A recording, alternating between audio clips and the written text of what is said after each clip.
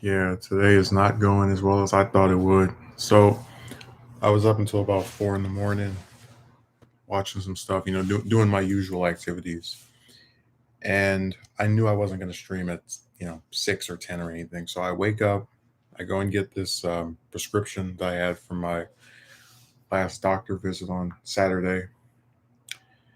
I actually end up at the wrong place to get it. Like it's the right facility, but there's another location. They're right next to each other. So I go there, I get it. I've been doing a lot of streams from the car, as people have noticed. So I originally was going to go in my car and stream in there. And I pulled up in the Starbucks. I'm sitting outside stating the, the events as they have so far progressed to being. And then all of a sudden, uh, the internet over there goes out. So I basically spoke for 15 minutes for nothing. So I was really annoyed. I drove back over here, had to wait for this other person to leave to make sure it didn't interrupt me. It's just been an annoying day. It's been a really annoying day.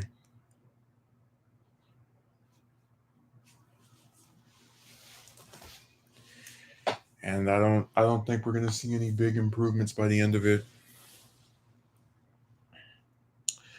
But yeah, I was originally going to do this in the new spot, but when that internet went out, I said, "Damn!" And I came back over here.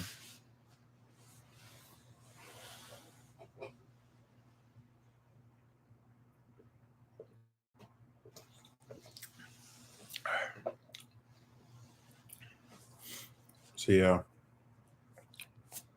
I'll try to push for an hour and a half. It might be a little bit longer, a little bit short. I don't know. It's just when usually I get a lot less motivated to do one of these if the internet is like acting up, or if I have to like restart, or if people don't show up, because that happened on Saturday, and I was just like, wow, really? Okay.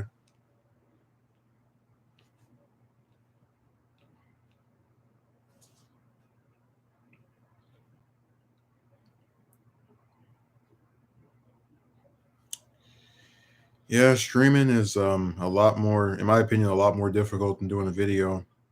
Unless it's an edited video where you write a script. I think these are more difficult because a lot of times, um, you might have an idea of what you want the stream to be about, and then you can't come up with it, or something else bothers you or occurs to you, and there's the possibility of interruptions, people coming in and making noise, or doing some other stuff that disrupts the crime scene. So yeah, you never know with this stuff. It's always a hit or miss whenever you turn your camera on, and you gotta wonder what all events are going to occur.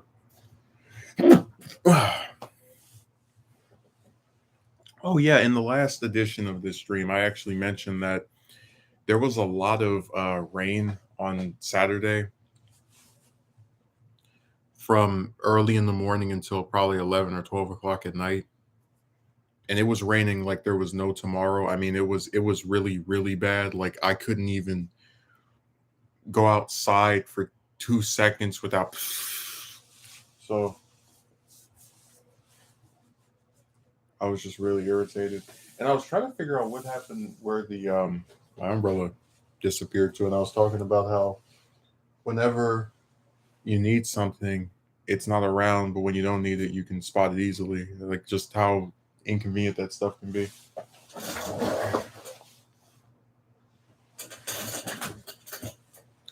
Yeah, I don't think I have no clue where it is. I just know that I didn't really go because I always try to like retrace my steps when I can't find something. Yeah, I don't know where that thing dropped off to or ran off to.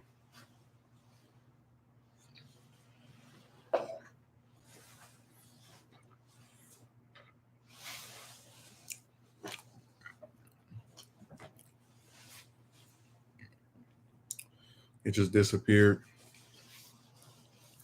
And sometimes stuff will you just can't find it, even if you don't go. Like I remember when I was talking about how when me and my friend hung out on Saturday and we went to this bar, I used the umbrella to go in there, and I know I still had it with me because I remember like pulling it down.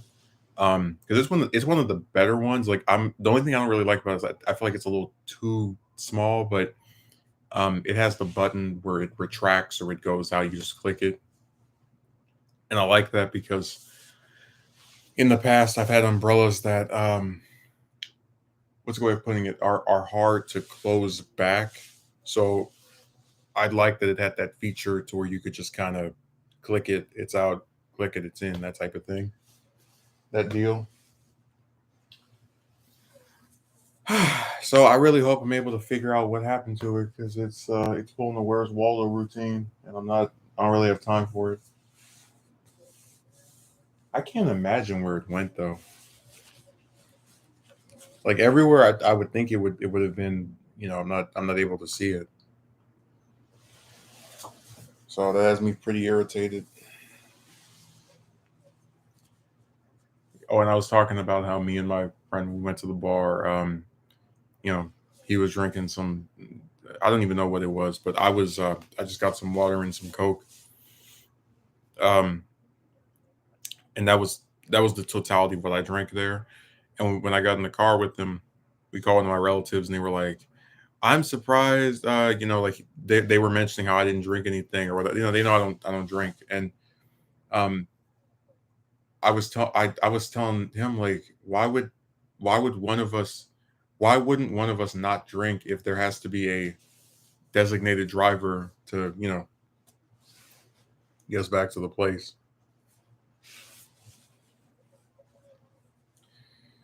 Oh, people are not sophisticated, and it shows.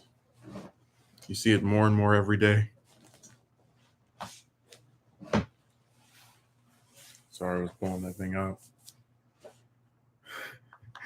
It's a real mystery as to where that thing went. I have no idea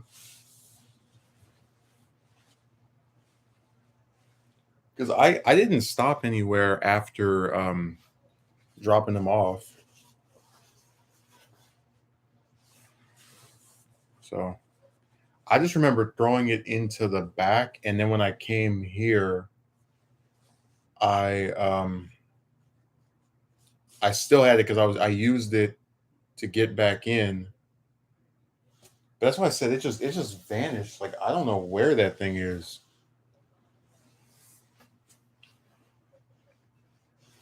Nah, that umbrella needs to be in a starting a Where's Waldo book. As good of an absence as it was managing to create for itself.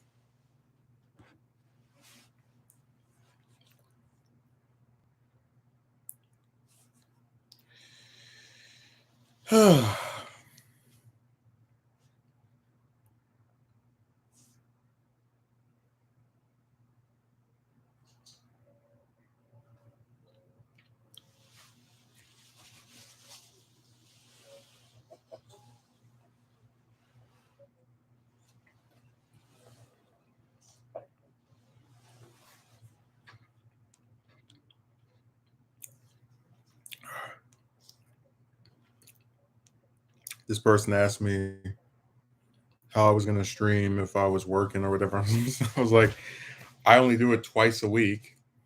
Um, Secondly, there's a lot of weird schedule changes. Like I know with that position I had applied for 2 weeks ago, they have certain days of the week off. Like it's a 12-hour shift for about 4 days a week or 3 days a week. Um, so you don't actually, it's not Monday through Friday in the traditional sense. So you can get a whole day where you just don't even work at all during the weekdays, and I can use that one to stream. But it was weird,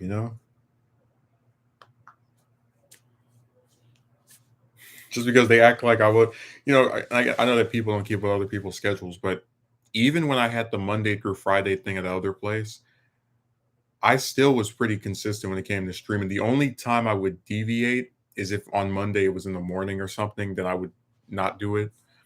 Um, but even then, it's like pretty much every weekend is the same thing where there's no work. So yeah, I'll get up and talk for an hour or 2 hours. It doesn't really bother me.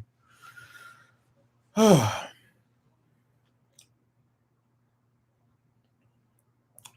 had this conversation with someone a while ago. I said,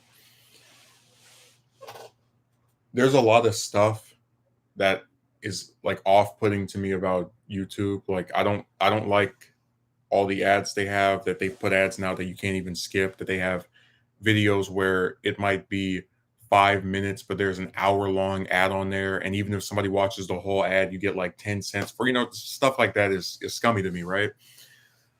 But for as bad as those things are, I enjoy the site. I use it to watch other people's stuff. I use it to put my stuff up. So I still find it to be much more preferable to a lot of the alternatives. Um, because we had this discussion before that you go on somewhere like Twitch, people can get in trouble for stuff that somebody else wrote in their chat. And I just don't think that's right. But I guess there's a conversation to be had about a lot of the stuff that's been happening for the last 2 weeks, and just sort of expectations that people create for you to have, and then when they don't pan out that way, you're blamed, or you're made to like feel bad for thinking that something should have been done based off of what you were led to believe. Um, just to give you an example, because this example is pretty similar to what actually happened. Imagine if I was, again, just hypothetical. I'm the relative, whoever watches, and I said, um, "Hey, do you need?"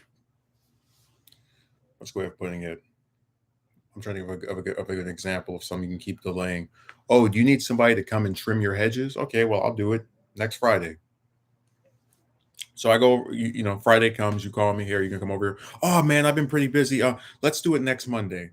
So the 4 days pass. You call me on Monday. I go, oh man, look, I got this thing going on. Let's do it next Thursday. Thursday comes.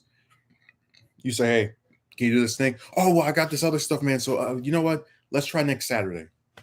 So Saturday comes, you call me. Oh, I got this thing coming up, man, and I need to get recalibrate this and check out my schedule here, my itinerary. So let's try next Wednesday. And so Wednesday comes, you call me. Oh, I got this thing going on, man. Like, I believe any sane, normal person would look at that constant inability to meet a deadline. That, remember, I'm the one who's telling you I'm going to do this Friday, then Monday, then I think any normal person that sees that and is on the receiving end of that has a right to both get upset when you keep not being able to honor a commitment that you made to them, and to not believe you when you say that you're going to do something, because every time the deadline comes for this thing to be done, it's not.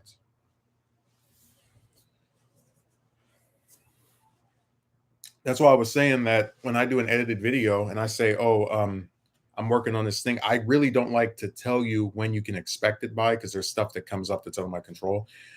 Um, and a lot of times, I would feel like if I kept saying this will come out by this week, then next week, the week after, the week, I start to feel like the boy who cried wolf, because I keep telling you this is coming out soon, and then it doesn't come out.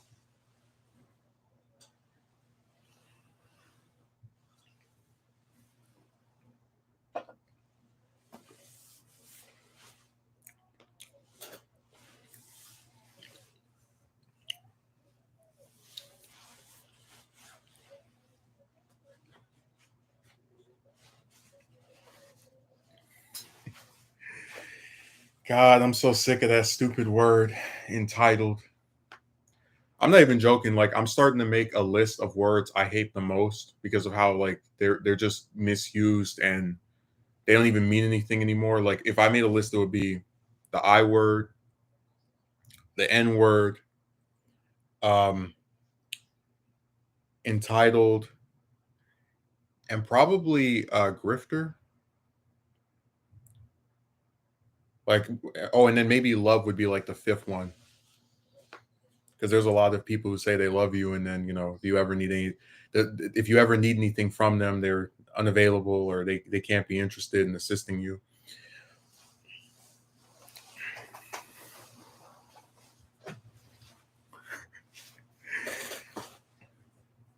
They love you so much, you never hear from them. They love you so much that if you have anything that is bothering you or that you could possibly use their assistance with, they tell you that they don't owe you anything, even though you don't ask them for anything. Ironically enough, and I just got sick of it. And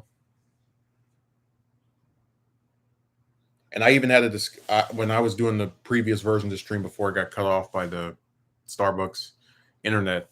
I was talking about the irony of these people who will tell you that, and you kind of see it a little bit with the woman stuff too. This idea that you're not owed anything, but then in turn you owe others everything. Like a woman doesn't owe you a date just because you were nice to her or she said etc etc, that gassed you up, but then you owe women asking them out and trying to get their number and talking to them for weeks or months on end, and then when it ultimately goes nowhere, you owe them not getting upset, you owe them not talking about how stupid what they did was.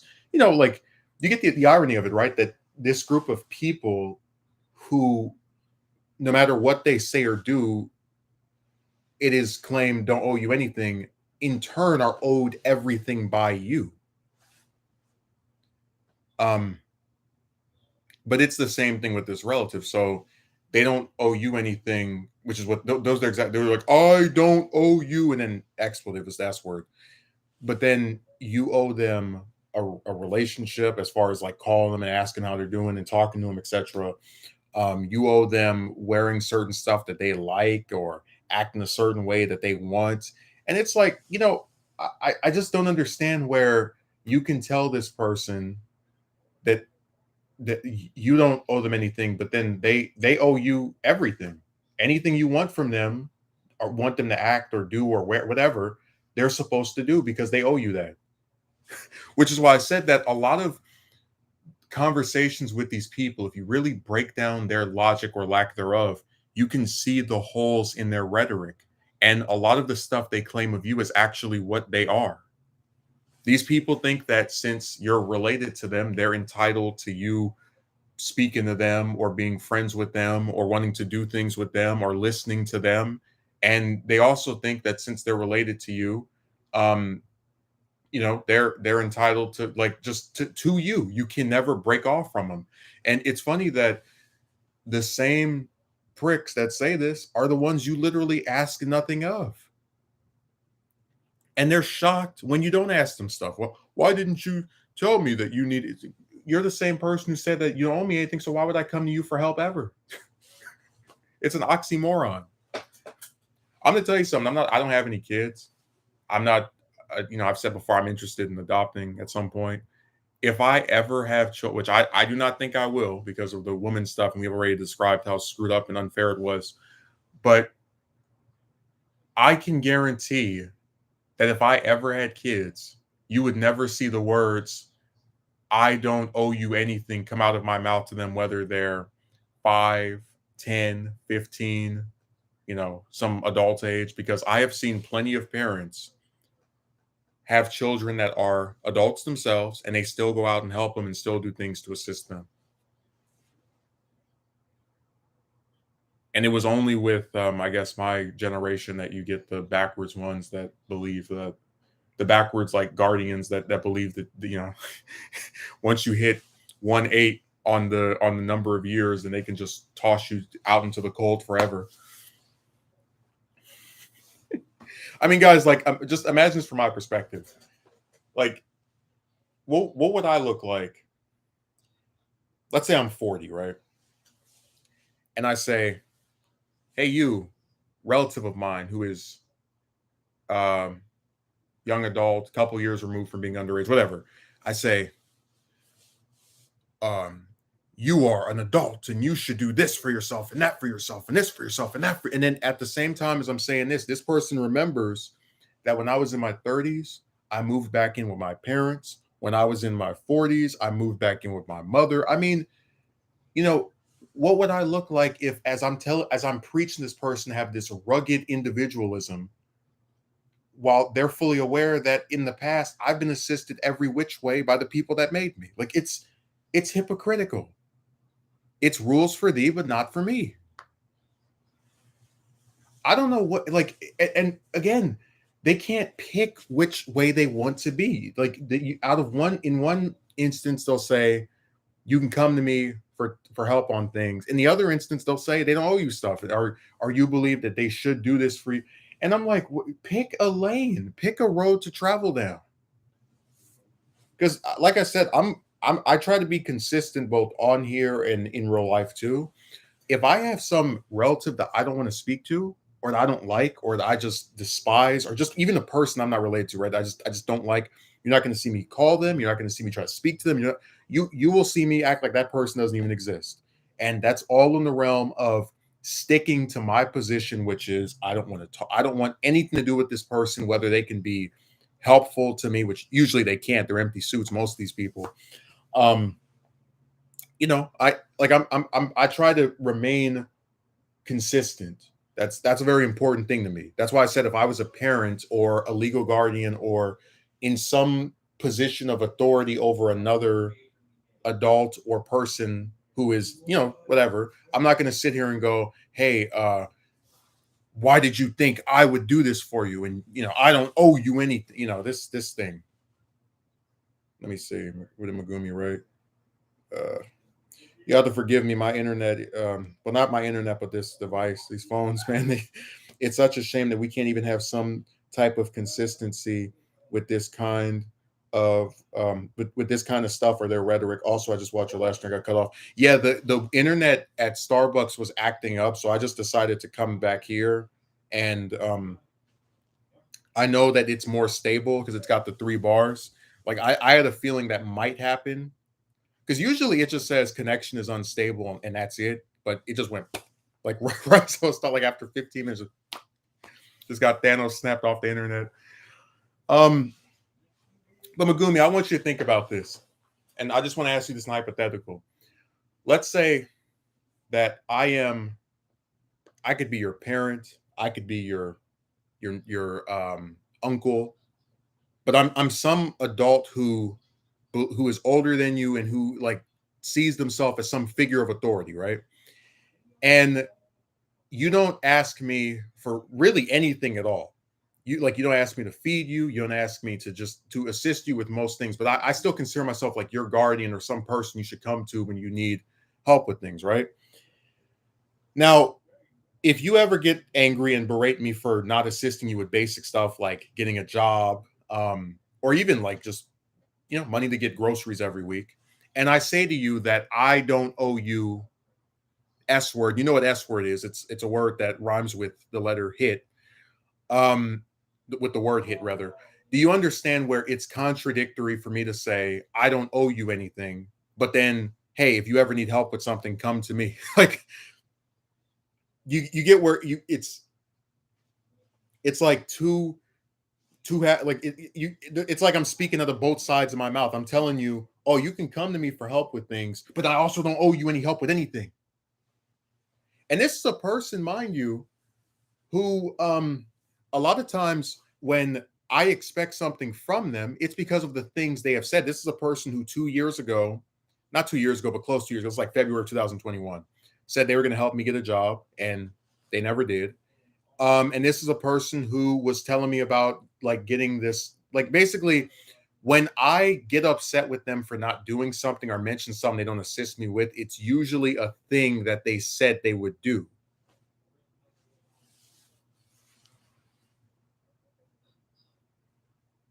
What, got to make up your mind? What are you talking about? I told you, man. I live in the twilight zone, like with these chicks, with these relatives. Like it's all just cartoonish stuff. We need to just get the Looney Tunes thing with like I mean, sometimes I really wake up and just like, this is how these people act.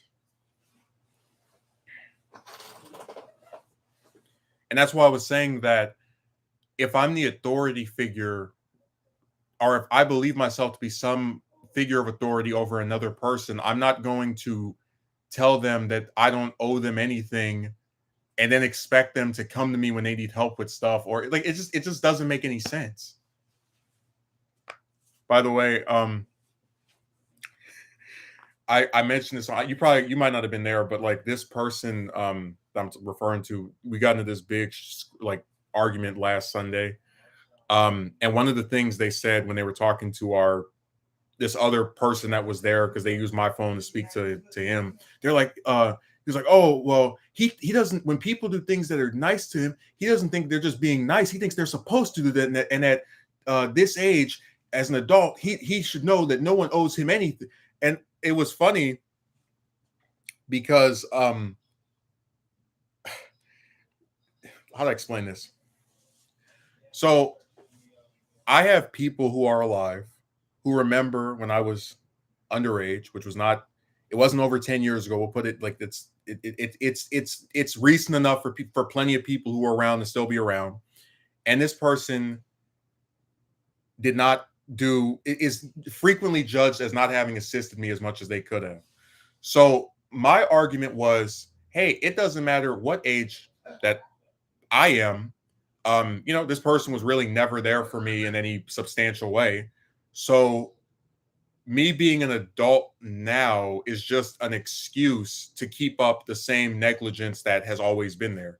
Like it's the new, it's kind of like if, what's a good example? Let's say I have, give you a good, let me think of something. Let's say I had a baby, okay? And I watch it every day, but I don't want to feed it. I don't want to feed it at all. I don't want to give it any food. And so this other person has to come there every day and give the baby food because I don't want to, whatever, for whatever reason, I just don't want to feed it. And then the baby gets to be a year, 2 years old, 3 years old, to where it can go and get itself, like pick some food that's right next to it and eat it. And I say, well, uh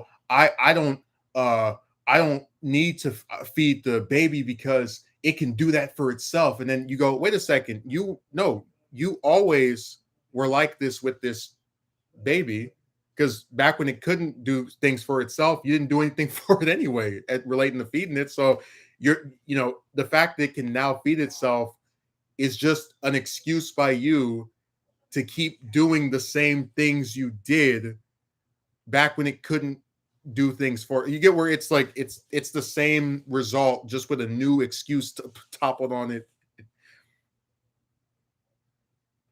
That's a really screwed up way of thinking or mentality. Oh, it gets even more screwed up because we'll get into some of the, because 2 Fridays ago we call it the Friday Massacre. The door thing, and there's been a sequel to that, and we can get into it in a few minutes. I was just gonna respond to Akatsuki Merchant because he said, "What's up?"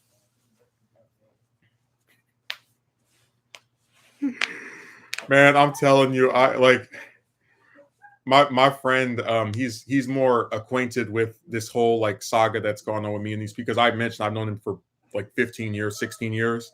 He said that out of any person he is friend, and he has more than me. I'll be the first to admit that. I'm not somebody that has a whole bunch of people I hang out with, because I said before, a lot of people are snakes. He said that out of any person he is friends with, I have the worst relatives he has ever seen. And that's a big deal when you're talking about someone that has friends in other cities and states. So it's a pretty ample state. And when he says that, he's not talking about you know like the ones I'm mentioning are the exact ones he's referring to. That's why I find comedic about it, because he's met the ones that were actually pleasant and acted like reasonable human beings.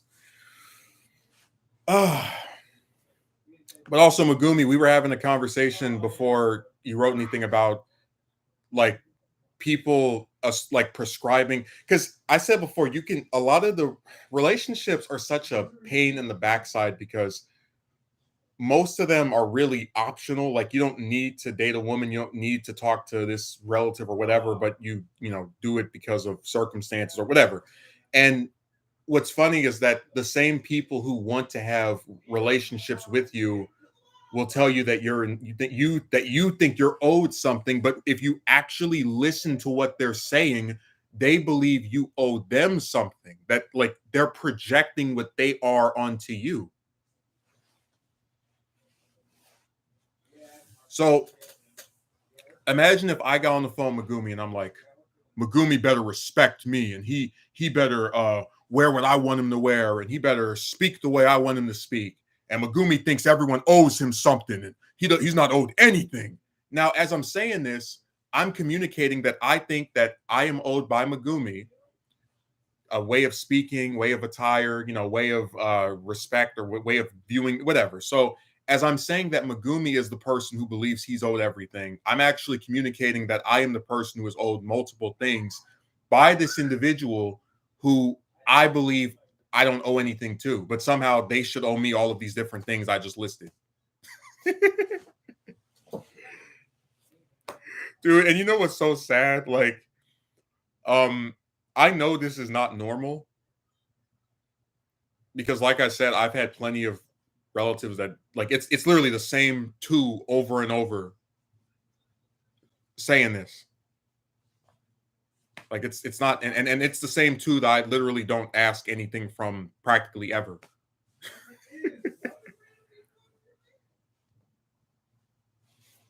It is a really screwed up way of thinking or mentality. But like I said, people for some reason they have this belief, and it's been made very clear to me that because we talk about like society hates men, right?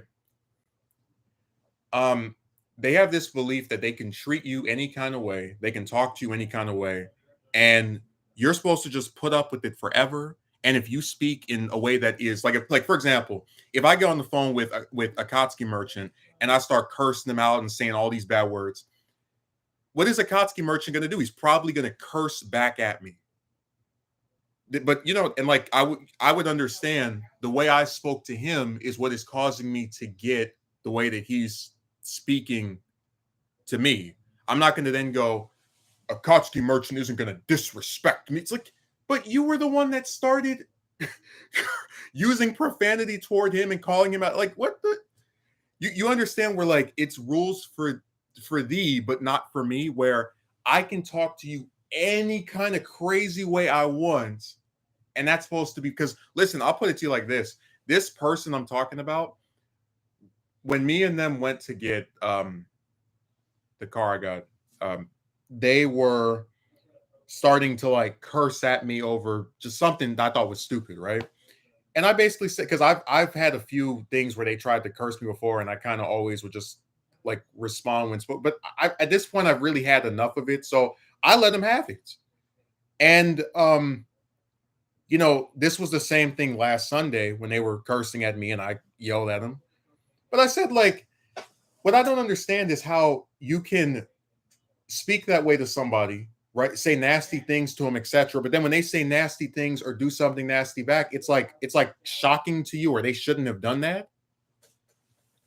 That's why I said that. Like I don't understand this line of logic. Like all of it seems to be based on rules for thee, but not for me, and double standards.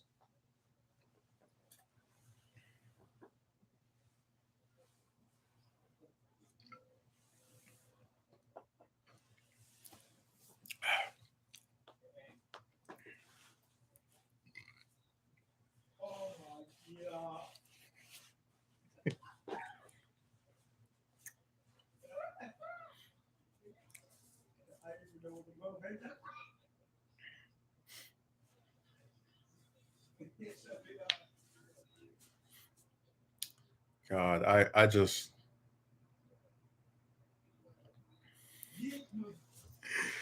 I tried so hard to just be a normal guy, like just go and get a job, you know. Yeah, you put up some YouTube stuff, whatever. But it just seems like when you're around these people who can make a mountain out of a molehill. Because like I said, that person I was living with, they did all types of stuff that pissed me off. I did a stream one day about how they would talk on the phone loud from like 9 in the morning to 12 at night, and if you wanted to go to sleep, you could just forget about it because they couldn't close their room door for some reason. And I said that, like, I'm a person who really doesn't like confrontation, so I just took it on the chin, right? When they were getting mad at me for not taking the trash out, even when I was working and wasn't even there for most of the day, again, still took it on the chin, still only, tried to, like, it just seemed to me that for as much as you put up with, if you get irritated or upset by any of this, you're suddenly this awful person who's ruined. And at a certain point, it's like there's plenty of stuff I could have gotten angry over and yelled over, and I just kept taking it on the chin. But I just got sick of it. You can't just sprout some nonsense someone not expect to get some type of pushback in the same tone or bad response back. Man, I'm telling you, he was shocked when that happened. What was that, like 3-4 weeks ago? He had never been spoken to that way by me before.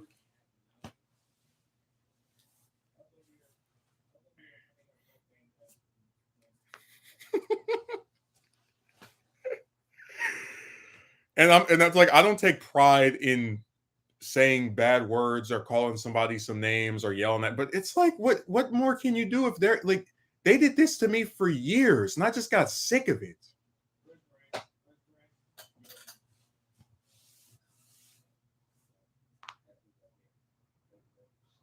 So yeah, they got chewed out.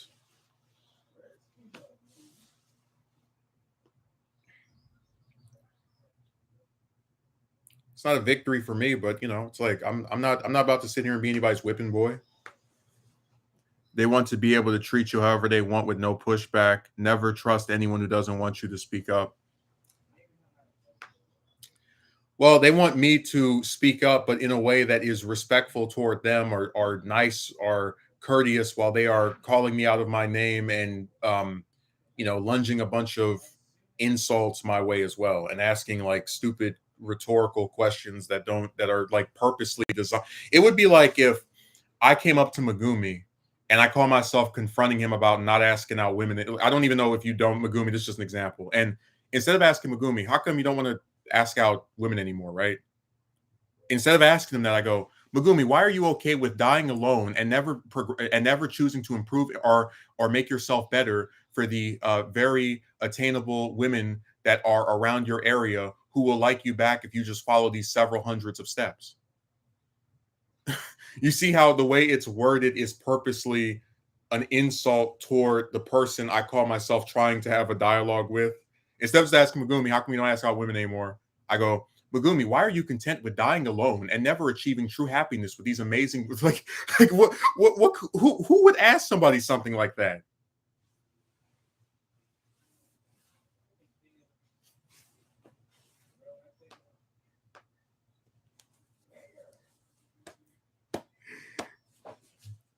I remember I said before that like chicks are the last when I'm sitting over here worried about getting a job and paying for all this stuff. It's like chicks are the last thing on my mind. Like if my mind was a car and a job was in the front seat, women would be in the trunk or like on the bottom back bumper or something. They wouldn't even be a factor, man. You need not consider the feelings of the abuser. They have no problem disregarding yours. Megumi says, I wouldn't be surprised if they said that to a person and got chin.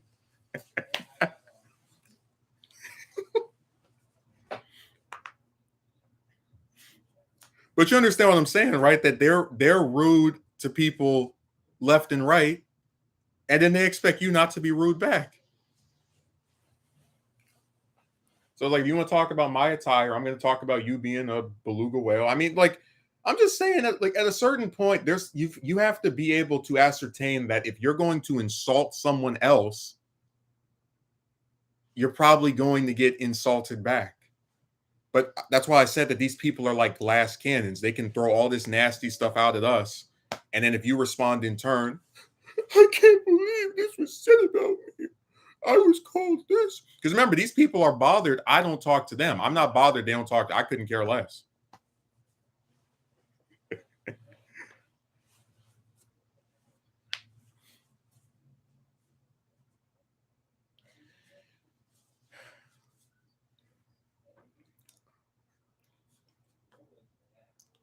I guess I should update you on what happened this past Friday, since we have both of them of the two main protagonists to most of my streams here. So, um, again, the recap from 2 Fridays ago is that I was locking the door, and then this person that was there was telling me this other person was going to clean in there, and I didn't even know they were going to do that until as I was leaving. I said they can do it when I come back because I'm coming back in like 10, 20 minutes. This person starts yelling at me. They tell me that they as I'm like walking away because I'm trying not to argue with them. They say, "Would you like to have a place to? Do you want to have a place to live when you come back?" Um, but anyways, I called myself trying to do a reconciliation, or at least trying to de-escalate things, because that argument that happened this past Sunday became peaceful by the end of it, where everybody had calmed down. They were talking, like like everyone's let their aggression out. They're just kind of like decompressing and just talking the way they would, just calm, right? And you would think things would get better after everyone has sort of made peace in a certain way, because the call started aggressively, it ended amicably. I'll put it that way. So my plan for this past Friday was to go there, unlock the door, and let this person go in, clean the stuff, because they said it was only going to take them 2 minutes, just sweep up the floor, right, and then lock it back. Now, what I wanted to do was, and I'll call this other person Person A. I wanted to go there at 3 in the morning, and I picked 3 in the morning because the person, the crappy relative that acts like a demon, um, they would be asleep and thus would not be able to try and like confront me or argue with me, or because that's what they want to do. They want to argue with me back, and I just don't have time for it. So I was going to go there at 3 in the morning, unlock it, come back the next day at 3 in the morning or at some other late hour, and then lock it again after it's been open for a day for this person to go and do their stuff on Friday. Person A says, no, go there at the morning hour when that person arrives, and unlock it for them and let them do their thing, then lock it back and then leave. Now, I call the person who's going to clean, and I ask them, what time are you coming? They say 9 or 9:30. I set my alarm for 8 o'clock. I get up there by like 9:18. This person doesn't arrive until 10 o'clock. So I'm already sitting out here for like 40 minutes. So I let them in to the place, and I also let unlock the thing for them. And 2 hours pass, right? I'm like, why is it taking them so long to finish? Because remember, I was told they were just going to clean the floor and that's it, right? So that doesn't take 2 hours. But I go, okay, maybe they're doing some other stuff as well. Who knows? But me and them go to get something to eat together because we have a pretty friendly correspondence. And then I go back to my car because I'm waiting out there instead of waiting in there with that crazy person. I go back. They tell me that they're finished. It's like 1 o'clock now. I go back in there, and I'm left with a surprise. So when you have a door that locks, there's you know how it is. You put the key in there, you lock it, and then you leave, right? Or that's how you just lock a door. I go in there, I see two holes in the door. So let me tell you what happened. When I left, that morning when I unlocked the door, I left and just wasn't there after that. This person, that the same one that was like, I don't owe you anything, right? That person came over there. They were alerted by the crazier one that said the insane thing to me 2 Fridays ago. They came over there because they have no job, they have no life. They just sit at their house and just can do stuff like this. They came over there and removed the whole lock out of the door. Like literally, there's not even a door knob anymore. Just two holes in the door and left. Now, Megumi, let me ask you this. Let's pretend that I'm upset with you for locking your door, right? And we have our argument, whatever. But at the end of it, we speak to each other in a cordial way, whatever. And let's also pretend that like you want to reconcile. You don't necessarily want to be like buddy buddy with me, but you don't really like having this big like drama issue with me, right? So you come over there and you unlock your things. This person coming here, like you see yourself as alleviating the problem by allowing this person to do what they couldn't do last week or whatever, right? And my response to that act of what you think is like reconciliation is to go and remove the whole dude. I was talking about how like how insane these people are. What if, because they keep saying, well, he's welcome to stay here. Why would I want to sit in a room that doesn't even have a doorknob? So like, and apparently that thing might have been ripped off I just saw it like leaned up against the wall. Who the hell wants to sleep in a room where they can't even close the door? Dude, if they did this to anyone else, they'd get beat. Absolutely. But see, that's why I told you that. Remember, this happened on Friday because I came there and did what they wanted me to do the previous week as an attempt to reconcile with them.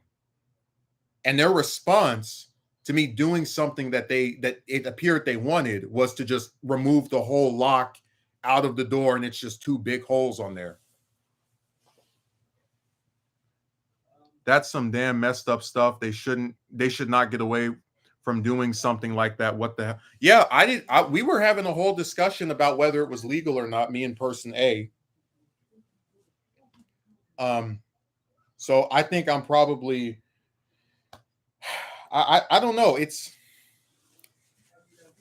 Just I just want you to keep this in mind. When you do something like that after a person does what you want, that person who did what you want now knows they have no incentive to ever do what you want again because they'll be punished one way or the other.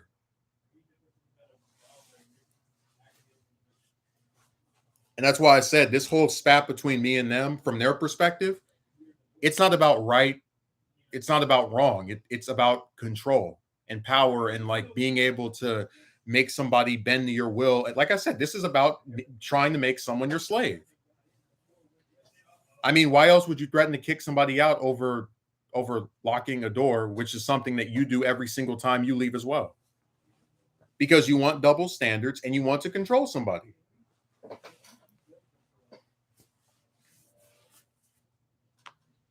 No, if they had changed the locks on the front door, I could actually go to the police, which I would rather not do, but we're dealing with some pretty insane people who have too much time on their hands.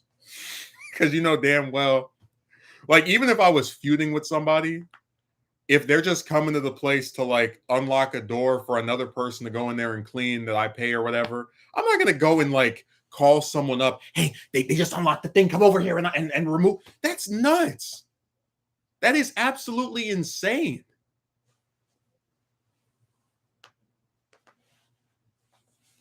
Matter of fact, let me see if I can show you this because I wasn't even planning on. I used to use what's that thing called, Google Hangouts.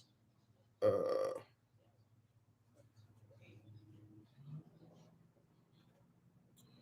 you probably won't be able to see this, unfortunately. Yeah, it's not coming out too well on there. Let me see. But anyways, on that you can like see a little bit of the door right there, but it's two holes for where the lock used to be, like where the actual knob and lock were.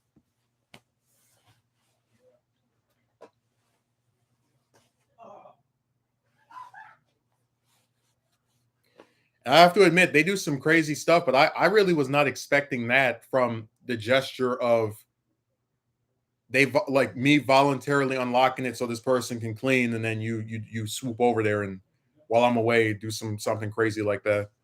Because I left because I didn't want to have a problem with them. Like I figured if I stayed in there, they would try to argue with me or whatever. Um, so yeah, these people have really lost their minds, and I was actually talking with someone else. I said, isn't it sad that while I was unemployed, they couldn't assemble this quickness to like help me get a job. But when it comes to something stupid like them getting mad that I lock a door, They can within 1 week just show up, remove the whole, take the whole thing out the damn door. Like like you don't get how screwed up, and that's why I said that, like, there's this increasing narrative around the fact that well, I make the narrative, but there's this increasing level of abundancy that whenever there's something essential, like, if you need food, if you need a job, if you need, something that you actually require, they can't be like bothered to do it, or they put it off till last minute, or just as long as they can. But if there's something trivial and stupid, like you lock in the door or what you wear or whatever, they rush over there and get it done real quick. Dude, you're living with actual abusers. Well, the one that did this doesn't live over there, but this is my house. That's what they swear up and down. So, do they intend on actually leaving the door like that in that state? Apparently so. I haven't been back since Friday because I was going to go back and get some stuff on Saturday, but it was raining really, really hard. Um, so I'll come back probably next Saturday, this upcoming Saturday or Sunday, with my friend, because I don't really feel that comfortable being alone with them, because that's when they're at their most aggressive. And then we'll just work from there and get some stuff out of there. But it looks like they do intend on leaving it like that. Again, I'll update you when I go over there next weekend.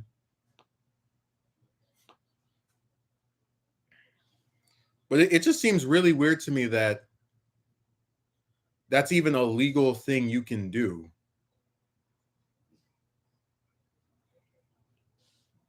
Because I had someone else who was talking about, like, oh, you should get another lock and stick it on there. But I'm not really a person who's good with screwing stuff on or whatever. And the problem with doing that is that'll I mean, they could just do the exact same thing, with that one. So it just becomes like an endless cycle of,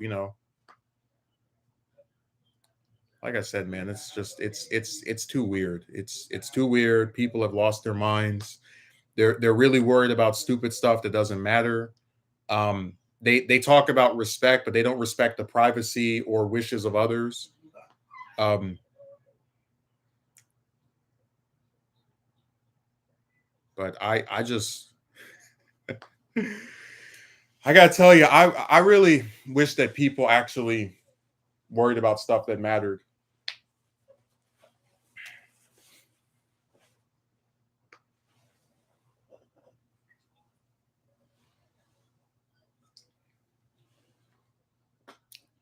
So person A got mad that I wouldn't call the one that unscrewed the stuff on Friday. And the reason I wouldn't call them was because I spoke to them literally 5 days before that. Call started kind of hostile, but it got like calm, right? Me, that person, and person A, right? Three people on this line. And I figured, okay, well, things might get better after this. We've all spoken, and we're kind of relaxed a little bit, whatever. And instead, like, basically, if after having a 2+ hour call with that person, it doesn't get better, even after we had a 2+ hour call where things calmed down by the end of it and people were talking like cordially or whatever, I know for a fact that me calling them after they do something like that is not going to improve anything, and it's just going to be me getting pissed off once more. I'd be pretty freaked out to even stay with them after seeing what they did to Locke. Oh, I'm not. I haven't spent one night over there since which day was that? Yeah, since Friday. Since Friday of 2 weeks ago, or the Friday before last Friday. They don't feel like they have to because you're living under their roof. They got a little bit of control, and now they have a complex. Yeah,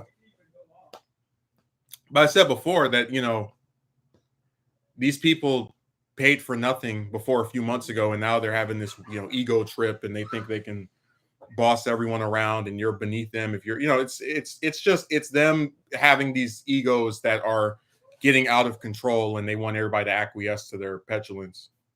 And since I deviated a little bit from the script by locking the door a week ago, even though I unlocked it this past week, they just said, well, you're not even gonna have that option. So yeah, I'll let this play out for another week because I want to see what happens, and then we'll talk about some more stuff that we can do.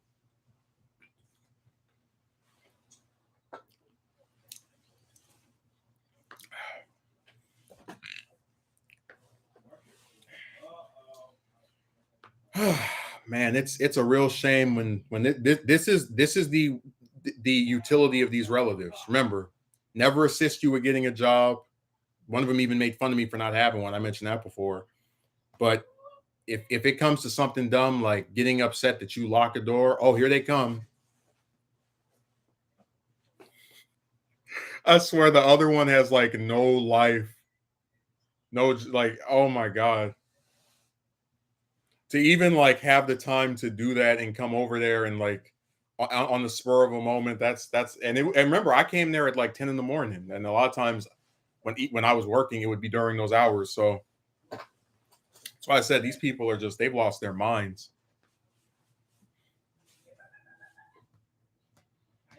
Remember, one of their stated missions is that they want to be closer to me. It's like I don't know how you think that's going to happen when you act like this.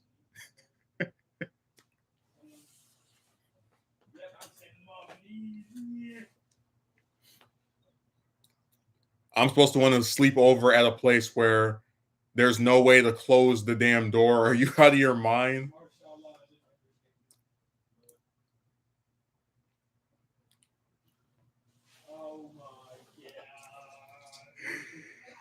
Oh, people have gone insane.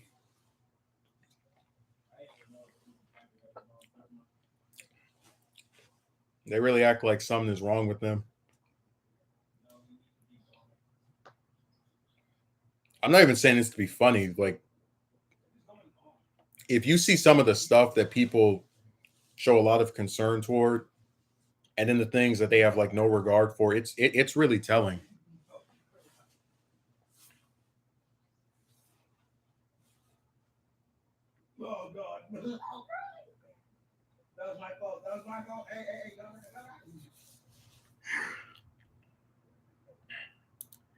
Man, they're so lucky.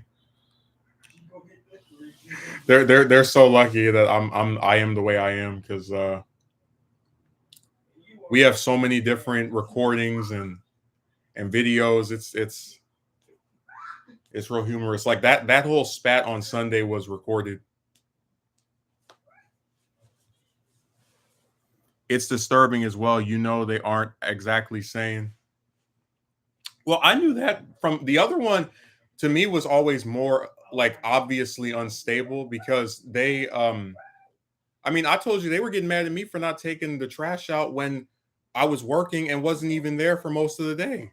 So they would rather sit there at their place all day long with their never-ending stay-at-home order job, and get angry at the person who's not there for not doing something than just do it themselves. Tell you when I get orders online and and it's boxes or whatever, I don't sit around waiting for somebody else to take it out for me. I just take it out. Like I don't even think about it. Like it's just a thing I have where okay, I've got this trash. I'll take like I like it. That's why I said it's weird. They're a perfect representation of how some people turn into evil power tripping bastards when you give them a silver of power. Well, really, the door thing is a symbolization of both the power they think they have and the power that they don't actually have. Because, like I said, when I left from over there, their ability to make me speak to them went from up here to down here. Their ability to, I guess, uh, talk to me again went from up here to down here. So a lot of their power is based around or was based around me living there, and now that I'm not there, it's really out of their reach, and like one of the few things they could actually do um was only enabled by the fact that I came back and tried to do something nice or that was otherwise in compliance with their orders. But yeah, they are tripping over power. Absolutely. And like I said, I'm no one's slave. Um, just because somebody barks orders at you doesn't mean you have to do it.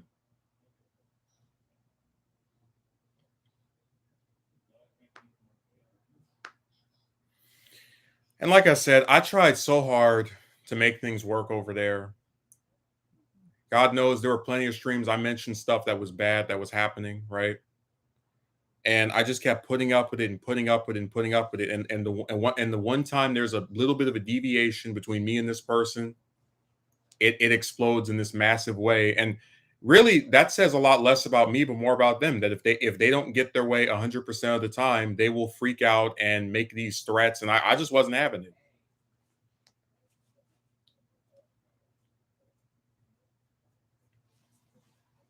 I had this person who accused me of being like cowardly because I didn't want to argue with those other two. But I was explaining that when you live with someone and you have to be there and see them all day long, it's a lot harder to say how you because I like basically I don't have the luxury of okay, you can tell this person off, then you can drive to your place that's like 10 or 30 miles away from wherever they are, so they can't do anything to. I mean, it's like it's not when you have to live with someone, it's a lot harder to speak in the way that you would like than if I think you know what I'm talking about, where it's harder to fully be say what you want without any fear of reprisal or like them trying to get revenge on you. Yeah, because it's like you're a lot more enabled when you can get away from that person.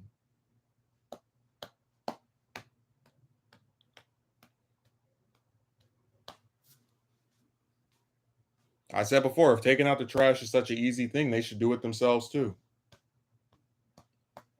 So they always want to minimize your role when it's something you do, and then maximize the outrage if it's something you didn't do.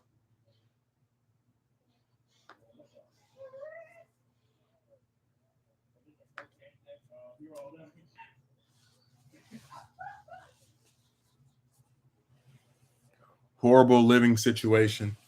And I tell you, man, it wasn't like that before a few months ago.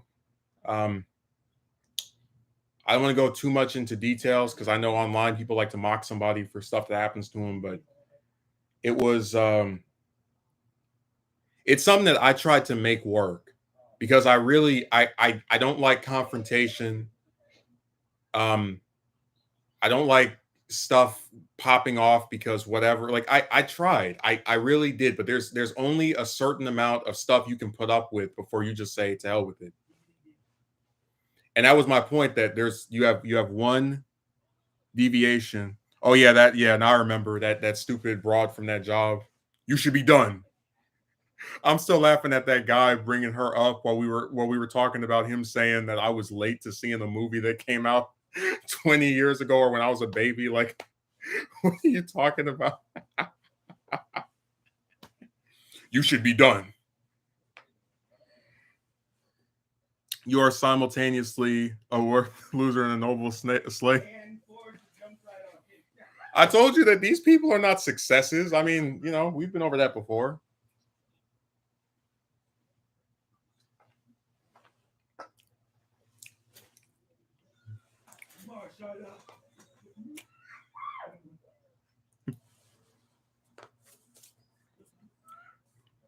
No, that was my favorite message from that person. Did you eat your phone?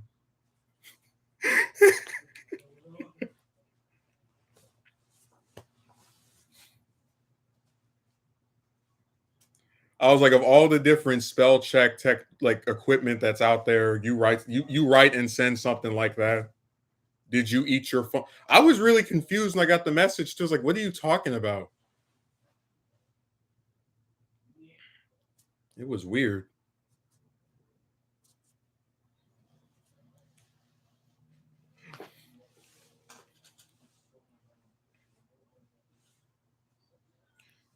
I guess I'll mention this because I do think it's kind of funny and sad. So the one that actually stays there, the crazy one that got like said the thing to me, they got a dog back in it was like early October, like early October, right? And I was against them doing this because anyone who's had an animal knows it's a pretty messy affair. You know that a lot of times they'll use the bathroom where they're not supposed to. They rip stuff up, etc., etc., right? And for that reason, I was against them getting it. But because they don't care about what someone else that lives there thinks, they decided to go and get this thing. Um, so after getting this thing that they have nowhere to put because this is not this like the way that the place is structured, it's not really somewhere you could just have an animal, like in a free roaming environment, which again is why I didn't want them to get it. I can assure you, after being with them and that animal for about 2 months, that for the majority of the time, because remember they have their little stay-at-home crap, right? For the majority of the day, that poor little pup would sit inside of this little cage, this little square, right? Little, those cages where you're like taking an animal somewhere, like if you're going on some long trip or whatever, they would keep it in there all day long, like just continue. And the only times there'd be a little deviation is when they would go on break, which is for like 30 minutes, in like the afternoon after it's been in that cage for like 12 hours straight. And after they got off of work, which is like 5:30, 5 o'clock. But the point I'm making is I felt really bad for this animal that it was having to sit inside of this all day long. And I was, and like I want you to really think about this. Because I've had dogs in the past when I was a kid. And the first dog I had distinctively, I remember um my one of my parents like put up this. So my kitchen wasn't that big, but it was still like big enough for something to move around in, right? Because it's got the refrigerator and the sink or whatever. And we would put this little like fence that would block it from going into the den, so it could just run around in the kitchen, as much as it wanted all day. So it would still, even if it's in this respective area, it's still way bigger than, being in the square all day long. And look, I'm not even like a big animal lover, and I just thought that was insane that you get a dog, and for the majority of its time, it's sitting up inside of a cage that is meant for what's pretty obviously short time usage. Like it should be in there if you're going on a trip, you're taking it somewhere, whatever. And what's even crazier is that um this same person that did the lock thing, right? They were even more upset than I was about this thing being bought, to where they were cursing this person out over it on the phone.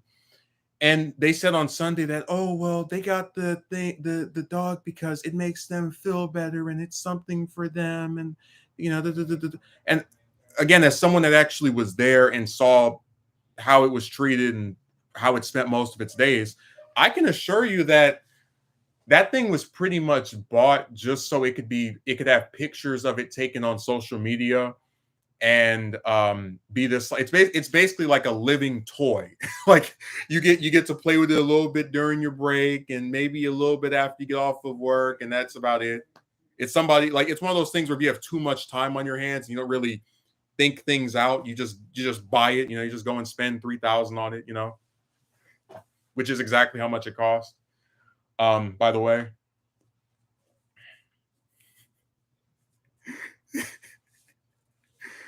hey, Akatsuki merchant, imagine if you were like a newborn animal, and instead of being able to like frolic in an area, you have to sit in this box all day long because the person that bought you is too stupid to just like get you when they have somewhere they can actually put you in.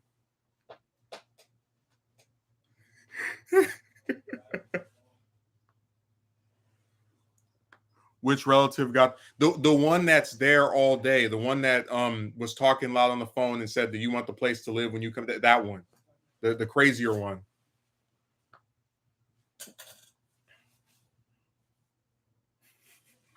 I wouldn't blame that animal for being angry. I felt bad for it. So whenever that person would leave, I would sometimes take it out of the I know I say whenever and sometimes, but there were many instances where I would actually take it out of its cage and just let it run around, and it would follow behind me. And I'll never forget when it came out the first time, it actually quoted the "I Have a Dream" speech. It said, free at last, thank God Almighty, we are free at last." And it was running all around. You could tell whenever it got out, it was happy. It was jumping and it was running so fast it would like fall on its side or hit its side.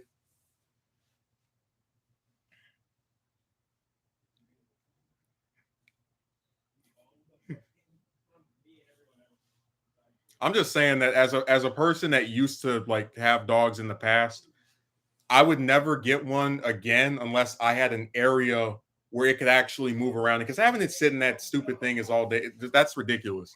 Yeah, sounds like something they'll do for sure. They are being very neglectful of their dog. Like, damn, spend some time with it. And dude, that's what drives me crazy. That the other one, who's the I call him the spin artist, right?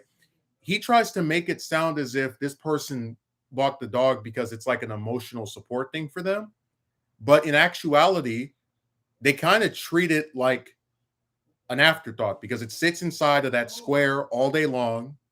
And the only times there's a DV, and remember, this thing, they don't even take it anywhere with them when they go on their hours long adventures. Um, so the only time they really spend any time with it is during their little break period and maybe a little bit after they go. Because even on the weekends, they wouldn't take it places with them. I'm like, that's crazy.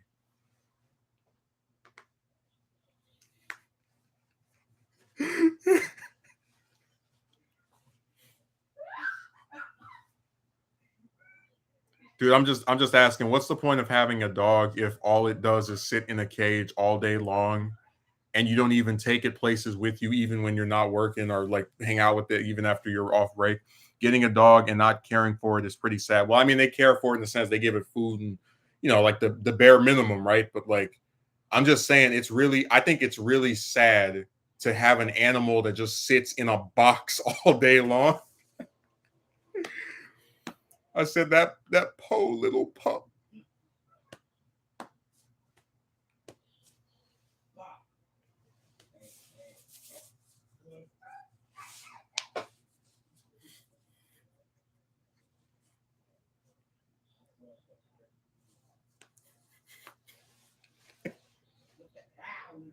By the way, I still think it's funny that like at the same time as that person was saying that they're so stressed out about all these bills they have to pay, they went and bought a dog for $3,000. It's like, I mean, I'm just saying, like, if I'm really struggling and scared about money trouble or whatever, you're not going to see me get something that like literally last year the only thing I bought that was over 1K was my computer, and that's it.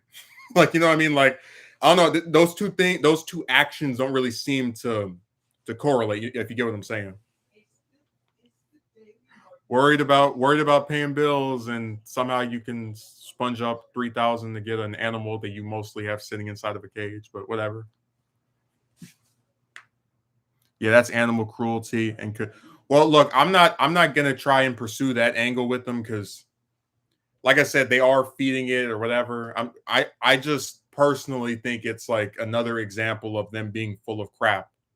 Because like I said, if I had a dog and I'm like, I need it for emotional support, I would actually put it somewhere where it can run around and take it places with me. Because there are people who go for runs with their dogs, put them like on a leash and they walk with them or they run with them. This person doesn't do any of that.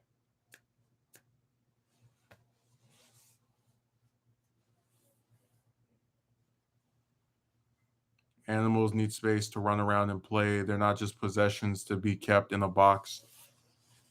Guys, listen, you're talking about a guy referring to me who's had multiple dogs. I know what places they're supposed to be in, and you're contrasting that with a person who's never owned one before and who pretty much just got it because they could buy one and basically play with it when they felt like it. So that's all there is to it.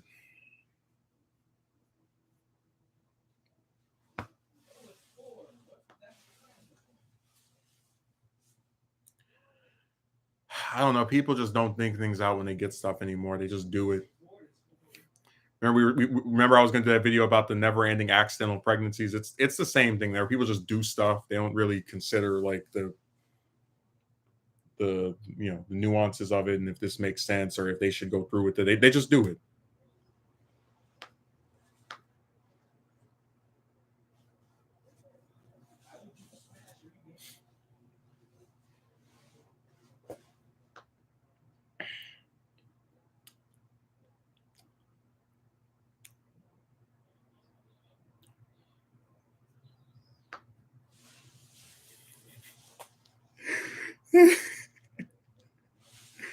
I'm not even joking. I really do feel bad for that dog because like I said, I don't own any animals anymore, but I used to have multiple dogs, and I always had somewhere for them to go around. This person is treating it exactly as a possession. But that's my point. That like, if I had an animal that was supposed to be there to support me, I wouldn't have, even if I was working, right? Because really, what this is about is them just having too much time on their hands and just being in the house all day long, with their never-ending stay-at-home order that just won't expire ever. And if I had that same scenario and I wanted an animal, I would have somewhere for it to actually move around and throw its, like, I can't even describe how many times I walked past the cage of that thing and it would stick its paws up like this, trying to lick somebody, or like staring and looking around just for human, because it all it does is sit in that damn circle or that square. It's really sad. And like I said, they feed it, you know, they let it out every 10 hours, but it still is just, I think it's really sad. Again, bare minimum of taking care of it. Bare minimum.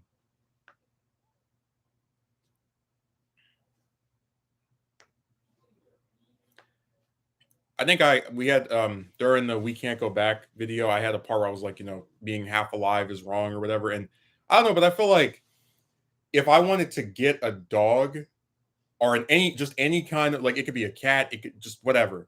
If I wanted some type of animal that as a pet, I would actually do things with it. Because I remember when I was a kid, I would go in the kitchen and rub on the back and the tummy, and like, just do stuff with it. But I'm telling you, every weekend, even when this person's not working, that thing just sits inside of there.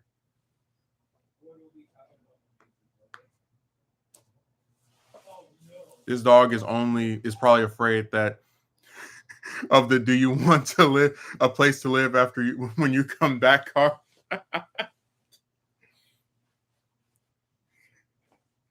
If I was that dog, I would have been escaped that cage and ran off somewhere. Anywhere is better than the box. I'm not even joking. That dog to me felt like it's like animal prison, like, and it's just in its cell all day.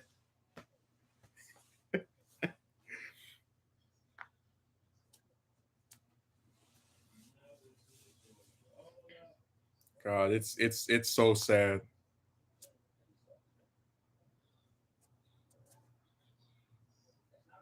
I'm not joking. If I'm really serious about doing something that pertains to another person or just like a living thing, right? I'm gonna actually think about, do I really want to do this? So for example, if I adopted a dog, I'm gonna think about, can I feed it? Do I have somewhere to put it? Because people can afford to like buy stuff for it, right? But actually like taking care of it. Um, it's the same thing with, like, for example, if I went to adopt a kid, whether they're an adult, like not an adult, excuse me, whether they're like, like 3, 4, 5, 6. It's like, yeah, you don't have to worry about buying milk for it or anything, but just, does the kid have somewhere to stay, as far as like in your house, you have enough space for him or her? Do you really want to commit to this? Do you think you can be there for them in every conceivable way? And if you can't, then don't bother.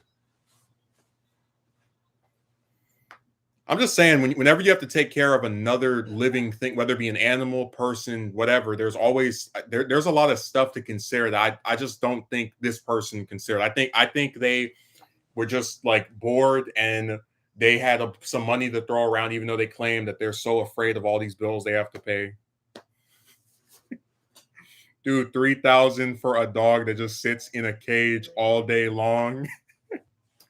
Do you know how much money 3,000 is? Like, I could eat for a whole year with it.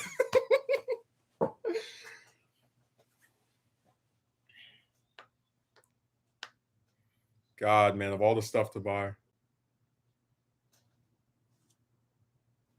I know some places where you can pay rent for like 2 or 3 months with 3,000.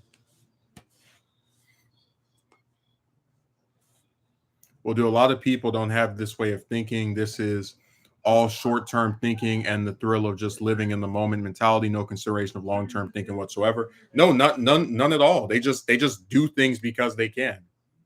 See, I'll just get a dog and it'll just sit inside this cage, I guess, until maybe someday eventually I put it somewhere else. Like, never mind the consequences or ramifications. They don't consider that at all.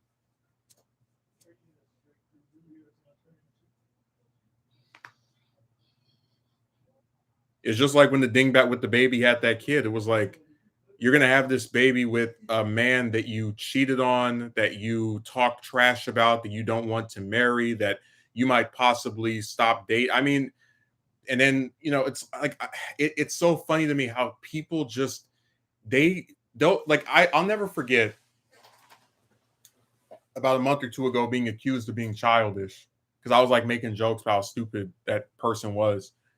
But it's like, these are the same people who when they go and they lay down in some sheets, they have no considerations for, are they going to get pregnant from this? Are they going to be able to afford whatever spawns out? Because we're not even just talking about kids; they can get an STD or some other thing. That's why I said that. Like, don't don't come to me and talk about maturity when these are the same people who, when they're in charge of other people's lives or other things' lives, it's like a game or a joke to them. Because I told you before, when she got pregnant, there were no considerations of how can I afford this, and like a long-term plan of what you want to achieve with the kid, what kind of schools you want them to go to, what kind of stuff you want them to learn. None of that. It was just, well, here's this banana that looks good. Let me let it slide inside of me, and then, oh, look, now I have. I mean, there's no consideration. And that's why I was saying that for all these guys that come on here and talk about the great, magical, majestic women, I call BS because, you know, you if you listen to them, they want you to be incentivized to be with these bastards. But a lot of the stuff that they say and do is antithetical to you. And you live in a society that's geared toward them. So that's why I said there's no reason for me to even bother with most of them because um we know that they are opposed to what I want to do.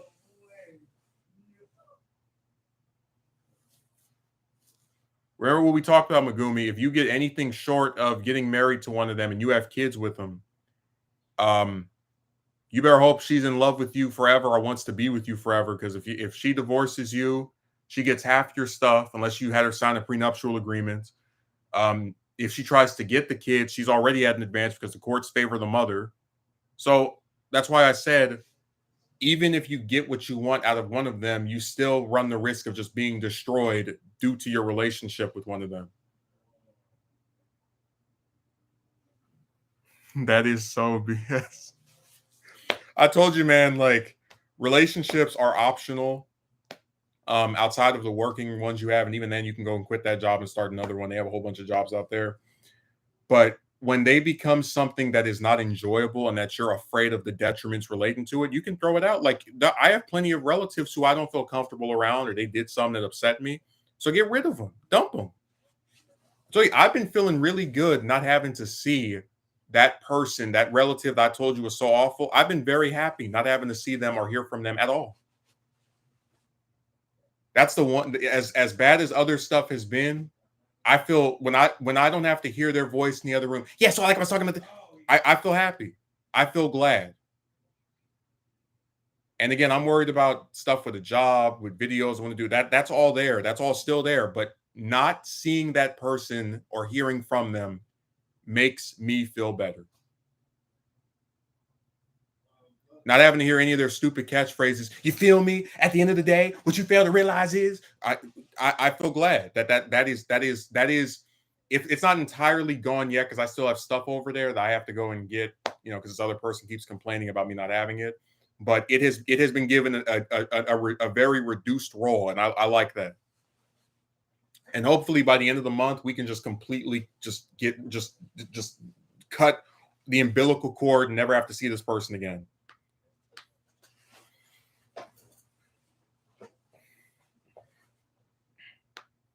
because I said before that my interactions with them are toxic, they're nasty, and it needs to die. My me speaking to them and being around them, that needs to all be over. And it's on its last leg, and I'm gonna make sure that it falls off.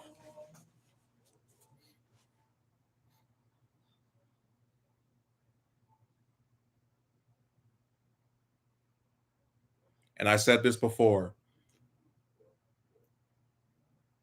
when I die, um, knowing that I will never have to see or hear from that person again, it will make me go to my grave with comfort. I'm tired of these people treating me like trash. I'm tired of them being able to say whatever crazy stuff to or about me, and I'm supposed to sit there and want to still talk to them because we're related. It needs to be over,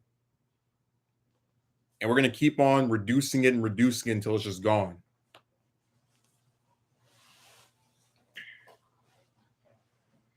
But the other one, I just the most important thing to take away from that person is they won't criticize that one I just mentioned, right? They're a spin artist, so they'll find a way to like make anything my fault because they harped on me not unlocking the thing when they could have um actually confronted them over saying this screwed up thing to me. And it's really sad that the same people who want you to who say in one breath that they want you to go to them when you need help with stuff, for whatever reason, also say that they don't owe you anything when they're the ones who are trying to who are. So I said they're talking out of both sides of their mouth.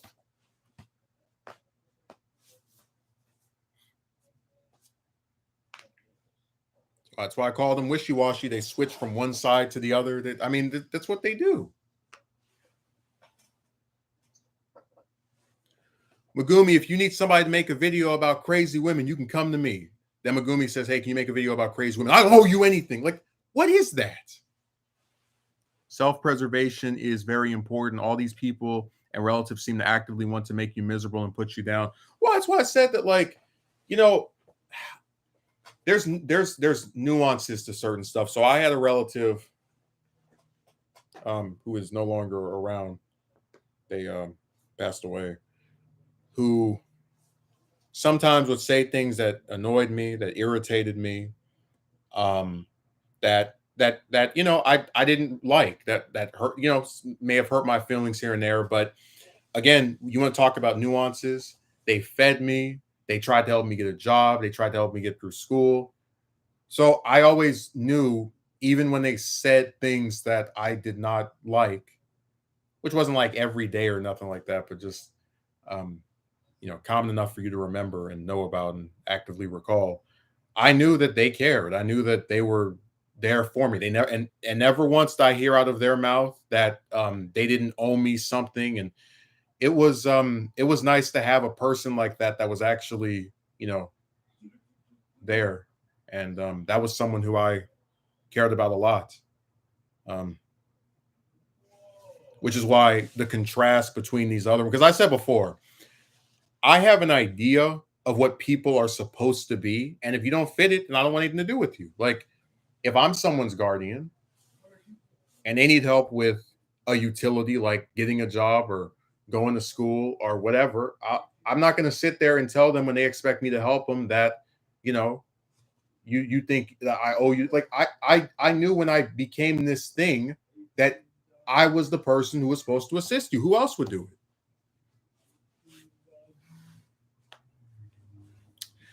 Yeah, because I said that everything went downhill after they passed. I wasn't joking in that video when I said I've had more people close to me die in the last 5 years than ever before.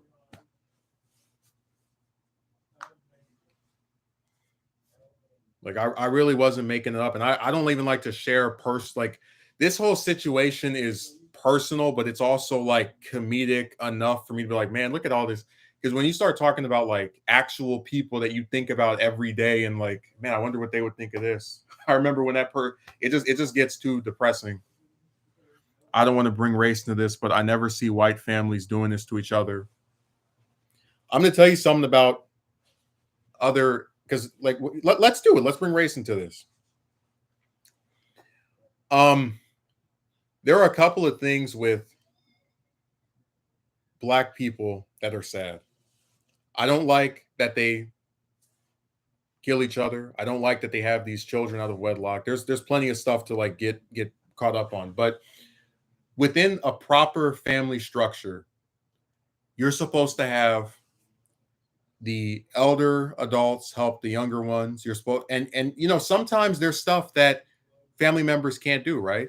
Like, hey, maybe your mother can't put you through college because you know they're a single parent, they don't have the money, whatever. You know that happens. But um, what is supposed to always be a component is that you have a support group that's there for you in times of crisis or utility. Because, like I said before, a few months ago, I always had someone who would ask me, you know, are you hungry? Do you have anything to eat? Hey, do you need help with applying for this thing? I mean, you know, like those are, and remember, it's not like I'm asking for somebody to, I don't know, go out into the world and get me a job. Like these are basic things that I would say that any person would need to survive. And you're being told by this other group of crappier, you know, the crappy new versions that you're entitled because you think that the people who claim to care so much about you should actually ask you basic things relating to your survival and should be there for you in, again, basic ways.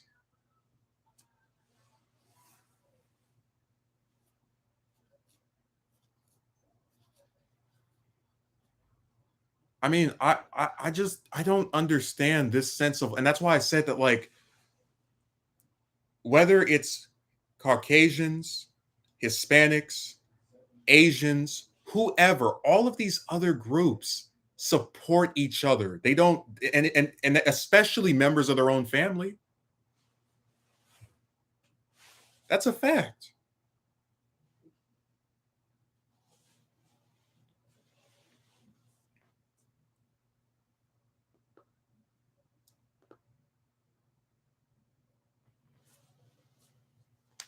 You know, Megumi, sometimes you'll have immigrants, right? Again, they could be Hispanic, Asian, whatever.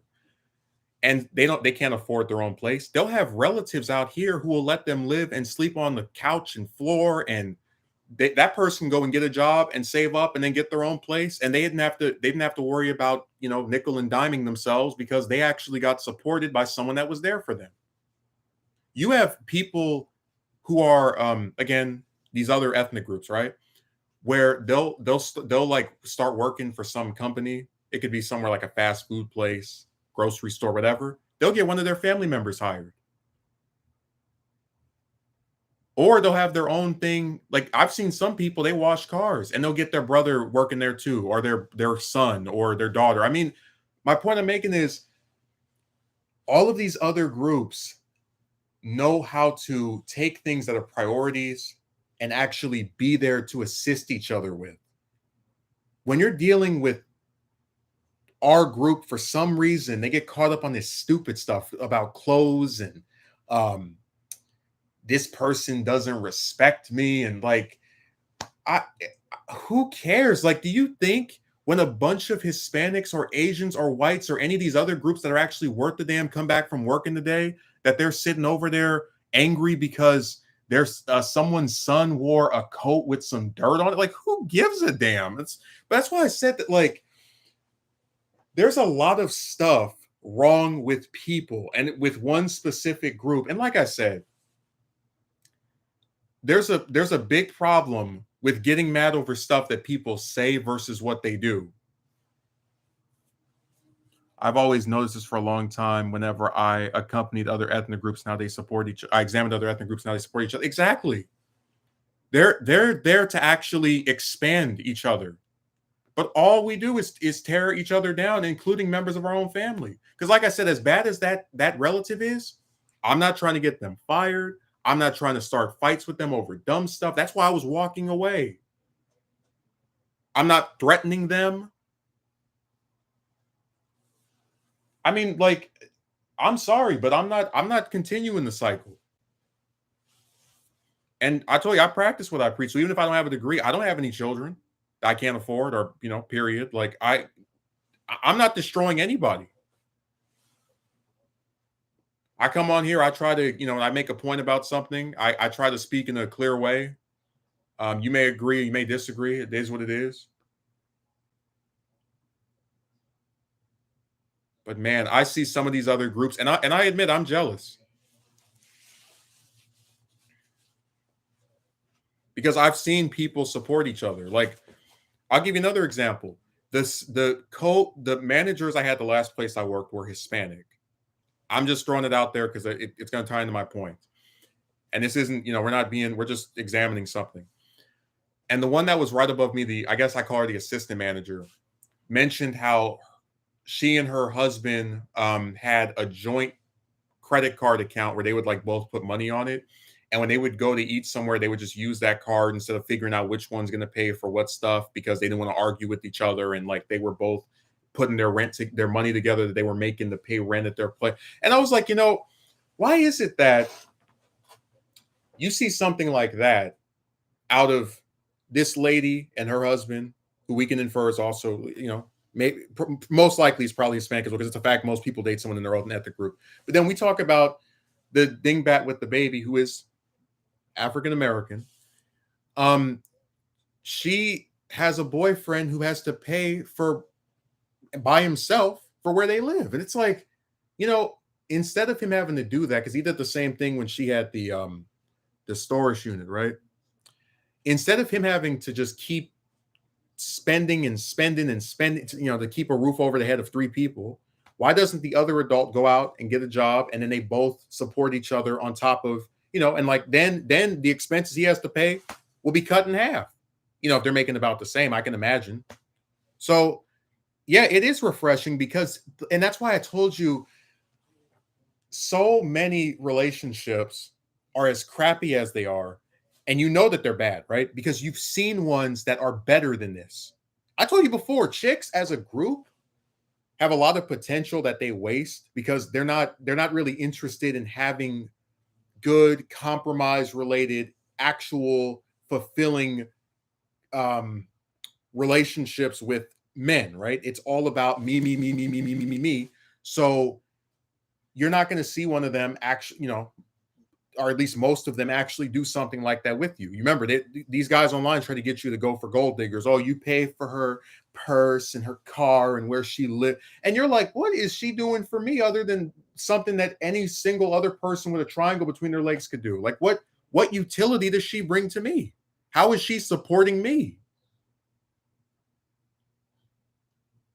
I tell you, relationships can be so good if people just weren't pathetic, and they actually had like some semblance of decency and some standards.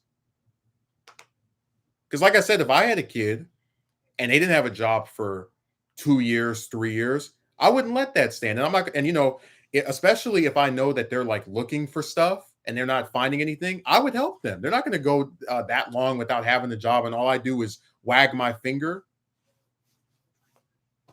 Because remember, I told you I've seen plenty of Hispanic families where if one of them doesn't have a job, they actually go out and help them get it. They don't sit there talking about, I don't owe you. Forget that. They say, hey, look, man, you want to work? We know you want to work. That's why you apply these places. All right, let's go do this. I can never imagine a chick that I'd be interested in who'd agree in doing something as courteous and respectful as that. No, you wouldn't, because women in general are not given any incentive to actually act like decent human beings who can contribute to the lives of the men that they are romantically attached to in a positive and productive way.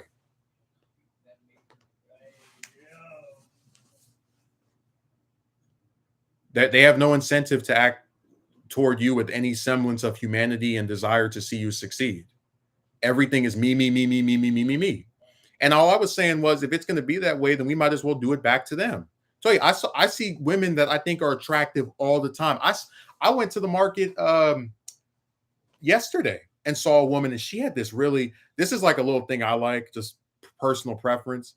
I like hair where it's like two colors on one. I think I'm talking about, where like the top is like one color, the bottom parts are like a lighter color, or You know what I'm talking about? Like the top is like dark brown and the bottom parts are a lighter brown.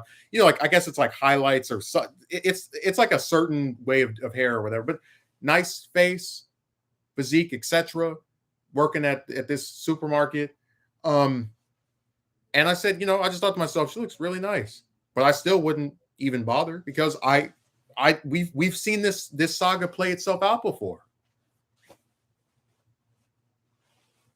Told you, I'm never gonna believe that if you're a guy, you have to go through all this stuff just to get a date. And then if you're a woman, you can just have men ask you out and that's normal. Like I don't that's the double standards are too insane for me to want to keep playing into it.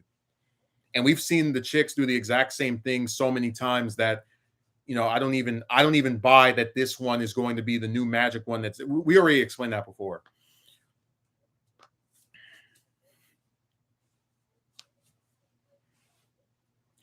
Just like one of my best friends who his girlfriend got him a PS5 and it was just basic respectfulness between each other in terms of both parties meeting each other halfway, etc.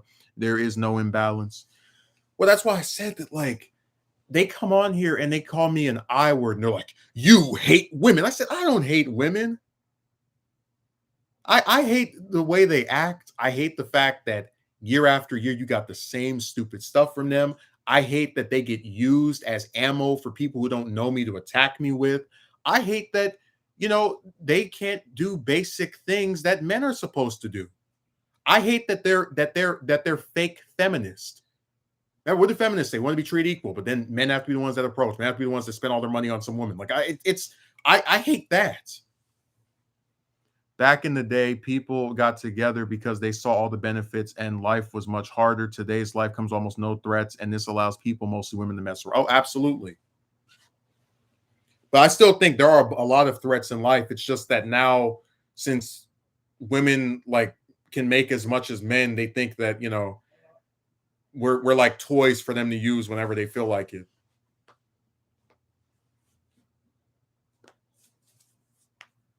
No, I refuse to believe things were always like this.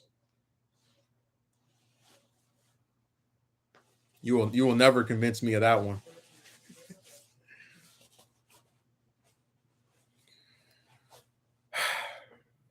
And like I said, man, social media plays a big role in it too. Because me and Megumi discussed this before. You have women who talk to men over and over again that don't even live in the same country as them, that they have no money to go see, that they're never going to meet in person.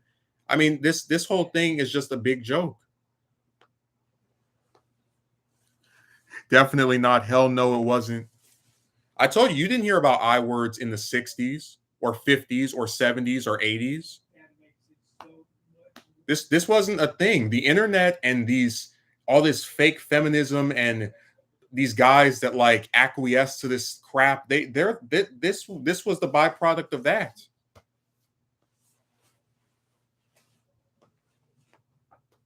And they act like I'm crazy, but I told you, you have nothing to gain from participating in this stupid system. Attractive chicks are a dime a dozen.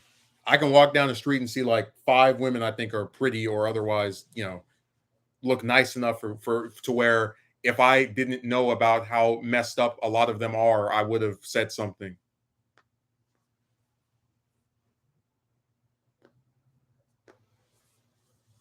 Oh, the internet happened. I always forget that. I'm telling you. Do you think well, no, I'm not going to say do you think, but you go back 20 years, there was no woman talking to 60 guys or having 60 guys send her letters and emails, except maybe the famous ones that were like in shows and movies. But again, they're different because they actually have achieved something that most women didn't. They earned it. That's why I said that, like, there was this one guy who said that men have to work for their value and women just inherently have it because of their and I'm like, I've never believed that. If you go back to previous eras where you had famous chicks that were getting letters and being asked to star in movies and stuff like that, it's like they did stuff to get that way. They actually had to work for it. It wasn't just handed to them because they have a triangle between their legs. It's honestly seemed more genuine and humble as well back then in those eras. Yeah, it was.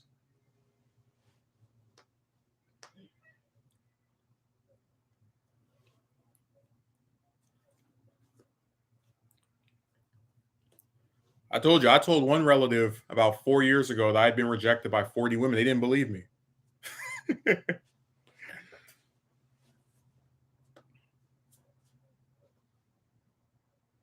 Because this stuff was not heard of back then. You didn't have a guy going out and every single week having to talk to 5 women or go here, travel to this state, travel to this country. That's not normal. It's just that we live in this really backwards era now where people overvalue chicks and they undervalue men. So they feel like we're second class citizens to them who can they could just treat it whatever way they want. And I said to hell with it.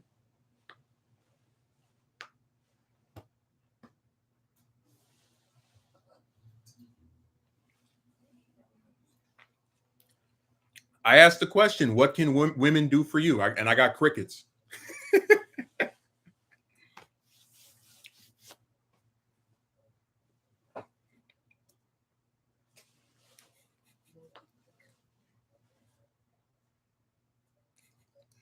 Dude, I had this one script idea where it's like all the chicks I ever asked out like actually like form a group, like a whole channel where they just talk trash about me. Like it takes that many of them to knock me down the peg or something. And then the irony in the script is that the guy that they say is so disrespectful and revealing of them is like he doesn't say who anybody is, but then they made a whole channel to like reveal who he is and talk trash about him. So they're actually their own antithesis. Like they are what they say I am. Like it's the projection angle again. It honestly. Oh, okay. Read that again.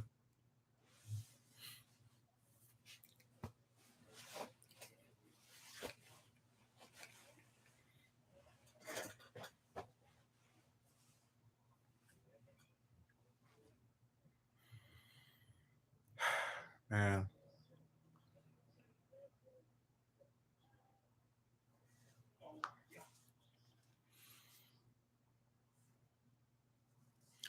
But yeah, what Akatsuki Merchant said. Let me see. Yeah, I have a Hispanic friend, and he got his job through his dad, who recommended him. Oh man, if you knew how many relatives I have that could recommend me for a job but won't. I tell you, I live in the twilight zone, man. Like God,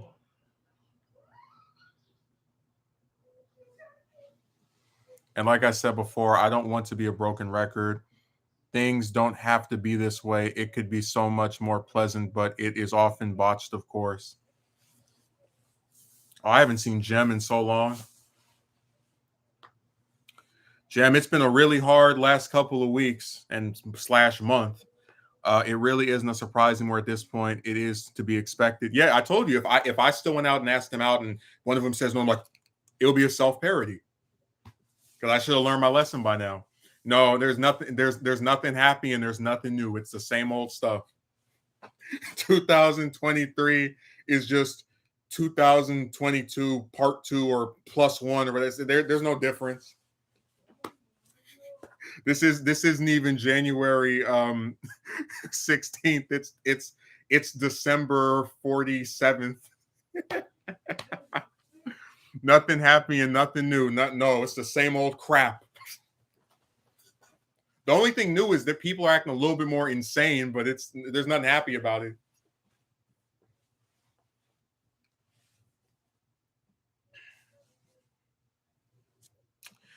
I had one until the place closed down. I was trying to get one this past week, but they had a hiring freeze, so no.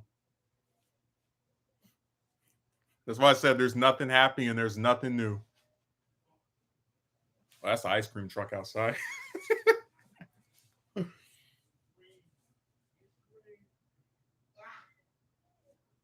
I'm telling you, I think it's so sad how much better things could be. Like not even just with that woman stuff, but like the relative angle is a really sad thing. When you look at these other communities and the ways that they have each other's back and they're all like trying to rise together. I just think it's so sad, man.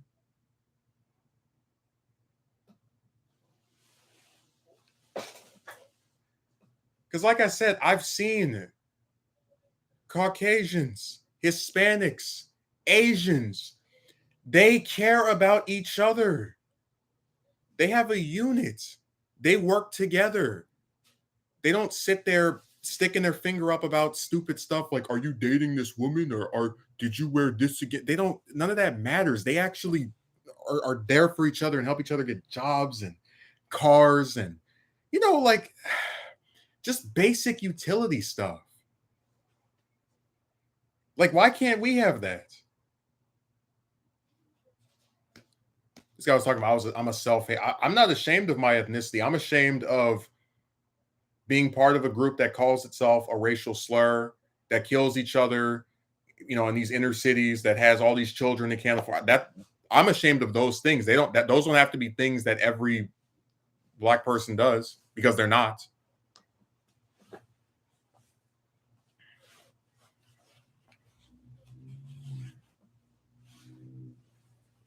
Yeah, the relative thing is a huge blow. Honestly, I really wish things were different, particularly with black families.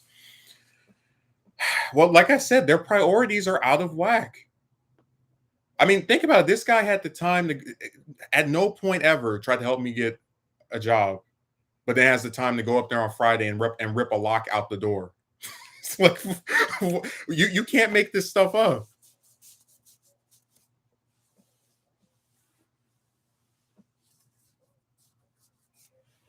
Because black people treat life like a competition, other groups treat life as something we all have to live, so they look after each other.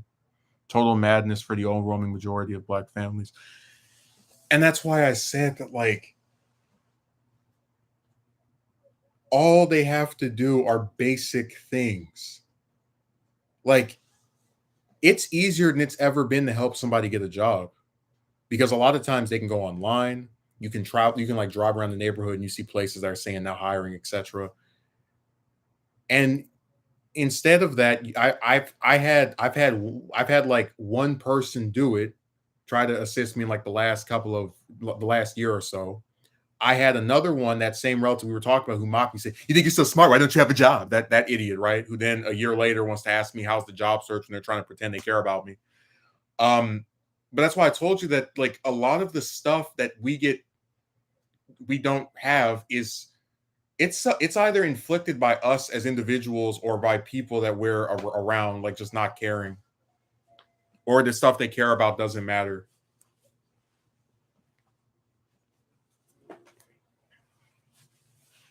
I'll tell you this: I could live another 50 years. You won't see me having any children out of wedlock. You won't see me trying to get a black person fired from their job or put out their information online because they said something I didn't like. I'm not in competition with anybody. All the ones I don't like, I stay away from them.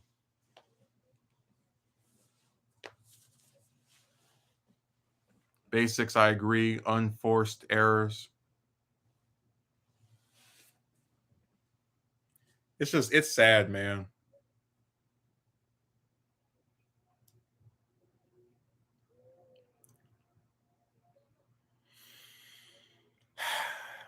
I tell you, like, sometimes I just imagine things, and it makes me sad enough to just want to damn near cry. Like, I'm just imagining you have a job. Maybe you like it, maybe you don't like it, but it pays you, whatever, enough to survive and have your own place. And you work there 8 hours every weekday. And you got this partner. She works 8 hours every day too. You guys put your money together and you can pay rent anywhere, right? And you get to save a good chunk of your stuff because you're both, paying the same amount, whatever. Um, and maybe you use whatever else you have to sometimes go out and eat somewhere. Sometimes you pay for your kid or whatever. I mean, things can be so like, there's a lot of stuff that's not necessarily easy, but it's simple. Like, it's something that, because like I said, relationships, you have conflicts, you have arguments, but again, if two people actually want to be together, they work through it, they compromise.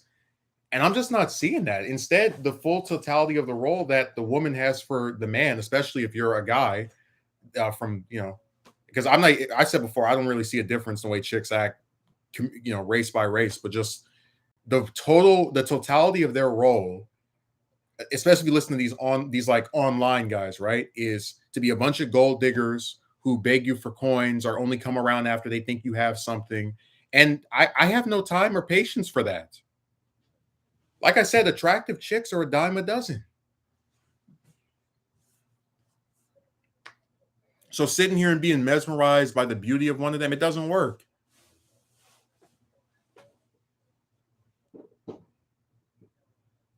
It's just a big joke, man, that like things could be so much better. So much better. And it's just like if it's like there's always that one, those two, those three people just that they refuse to have it that way. That's really true. It really does feel like a competition between each other. I can totally relate to this, even to my immediate siblings as well. Truly sad. Well, I'm not in competition with my brother. You know, I show him stuff I like. I help him with his homework. Um, you know, I try to be there for him, and he won't see me telling him if he wants help from me on something. I don't owe you whatever. And I could make the argument. I could say, hey, look, I'm not your dad, so you know, you better go roll with the punches. But like I don't feel good seeing him fail. Like that's not a victory for me. You know, like I'm just saying, like, have some pride in somebody else for once, you know? Like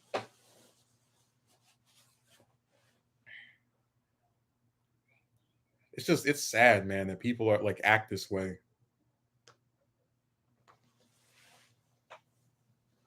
It's all smoke and mirrors. It's called being selfish. Yeah, it is.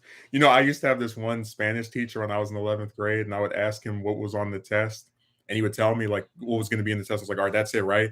No smoke and mirrors, no hocus and pocus, no, no strings and wires. Like every single time we would talk, the joke was that I would like ask him the same thing again and like add all these different special effects, like to certify that what he was telling me was correct. I don't know. I just always thought that was funny about our interaction.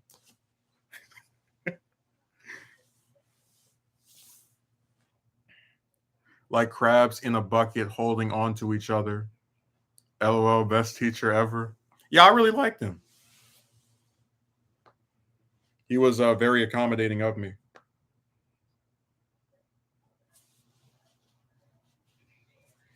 So I always felt so bad for teachers, just the amount of work they have to do and like, all the stuff they have to put up with as well.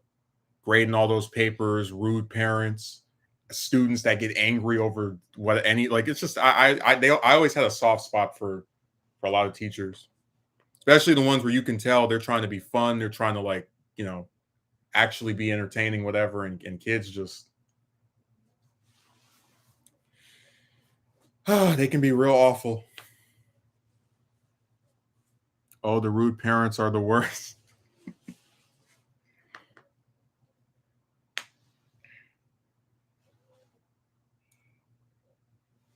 I did like when you touched on the teachers in your previous stream. Certainly was reflecting and interesting.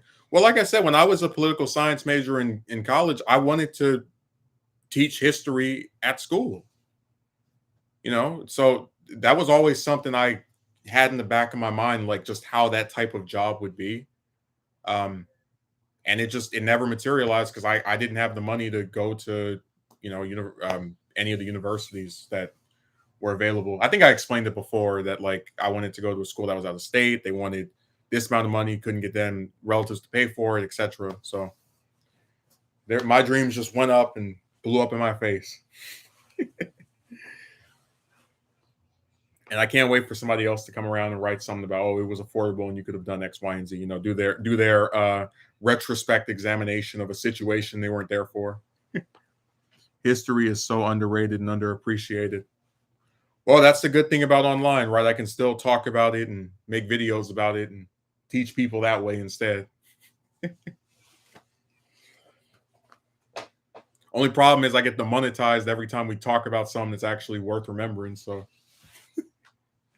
man, if you know how many times I saw that little yellow piss stain dollar sign, oh man. Without history, we wouldn't be here though. Yeah, people just they don't. And I guess what drives me crazy is I don't expect somebody to know everything, but just like basic stuff, like just to give you like a brief example, I don't expect someone to know all the major battles of like the Civil War, right? But what was the gist of what happened?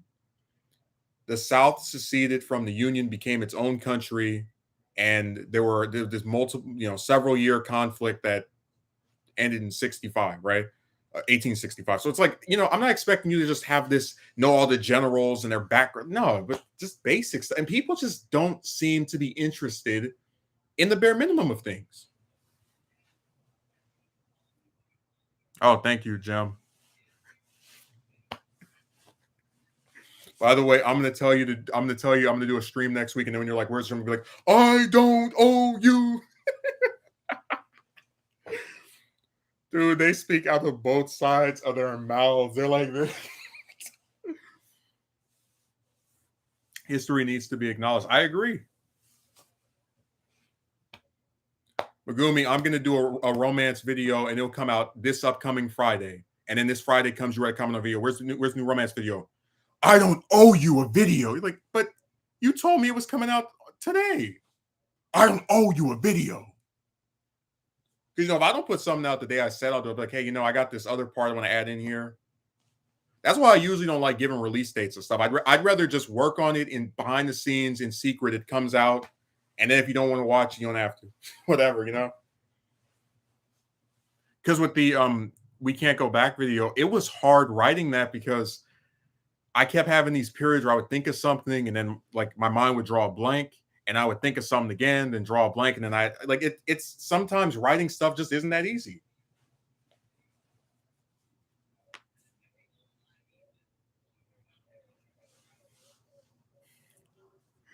This is a good time for me. Well, I still do want to do a few more documentaries before I hang up my hat. It's just that it's been hard to do them because of like, space on computers and writing, the research purposes and whatnot. It's always a hassle. It is hard to write it, especially if you're writing about a historical event. You want to like get books and read through it and stuff. I tried to. I had two of them where I wrote most of it, and then um, I just stopped. Like got caught up in other stuff.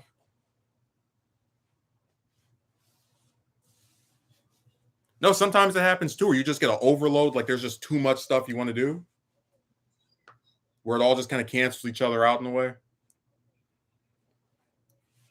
I know I'm very lazy, but I do a lot of stuff on this website.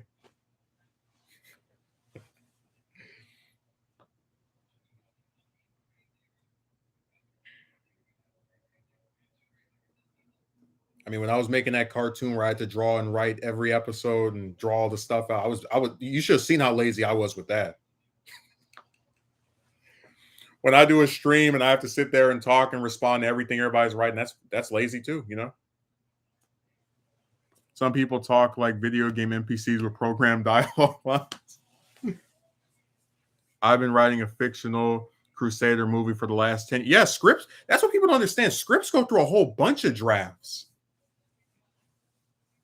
I mean, if you see some of the stuff that has come out and how long it took for it to get made, it's because they keep rewriting the script. They're trying to get a version that they like.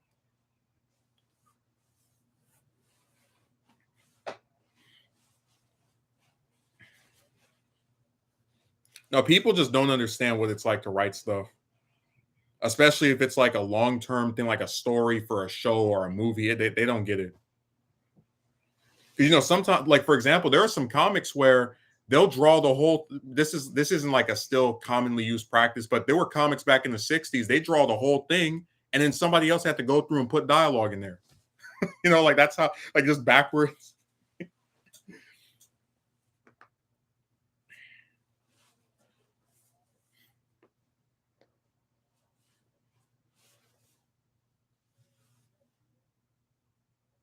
Dialogue is absolutely hard, especially when we live in an era where there's so much like um people will get angry if you have like exposition dialogue where you have a character explaining things, unless it's done in like some really entertaining way that's like fun to sit through, like it's in song or the person's like reacting with a lot of emotion or something to it. Um, and people say, oh, like this line is generic or this line is whatever, we've heard it before. You know, it's hard to a lot, like that's why I said writing is not as easy as people try to make it sound.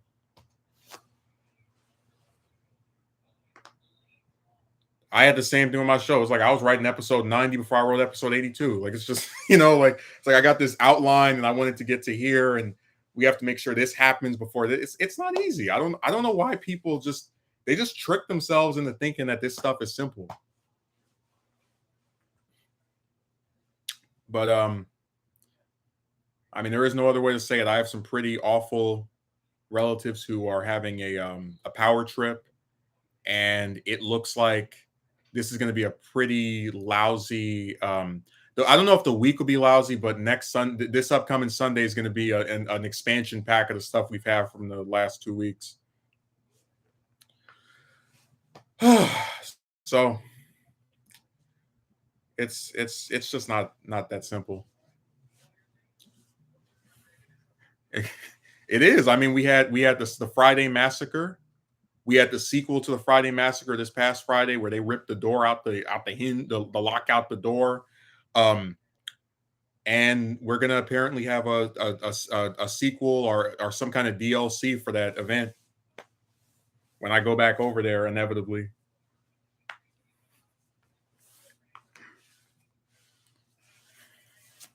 There's a lot of downloadable content that just keeps popping up. It's like you thought this was over that Friday. Get ready for the Friday Massacre Part 2.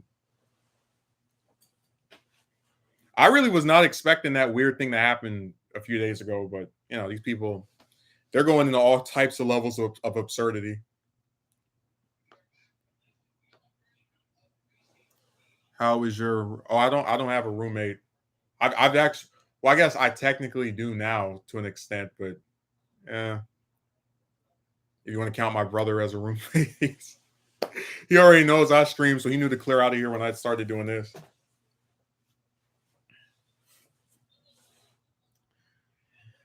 God, I just this whole week is gonna be. I'm just dreading returning over there because you already know what's gonna happen. They're gonna try to like say something to me, and it's like whatever, and just try to get the stuff because they moved a lot of stuff around, so it's gonna be harder to find it. Just like grab it and go.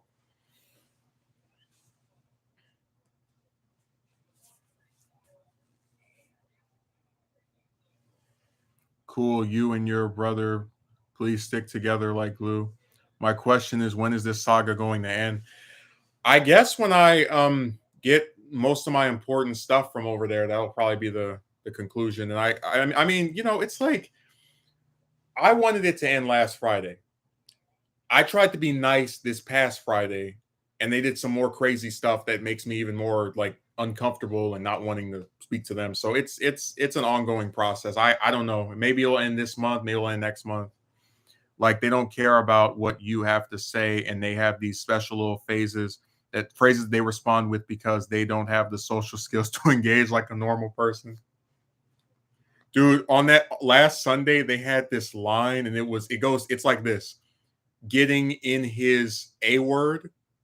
You know what the A word is? It ends with two S's.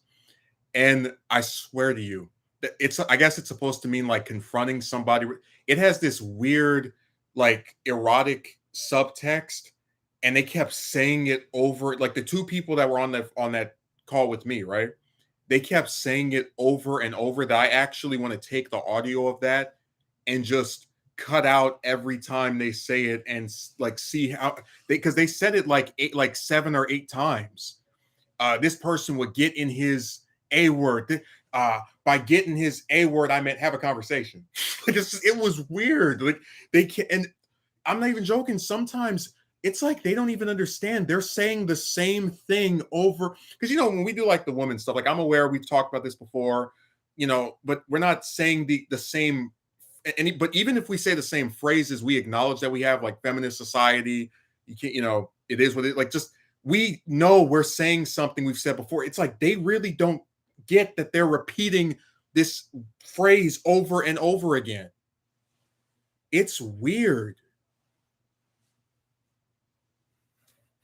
They're absolutely unaware. The one that was there last, I had this argument with 2 months ago. The one that stays there, they kept saying, "What you fail to realize it." I, I'm telling you, I didn't get that whole conversation with them on tape, but there's no way they didn't say that at least 5 times or 6 times.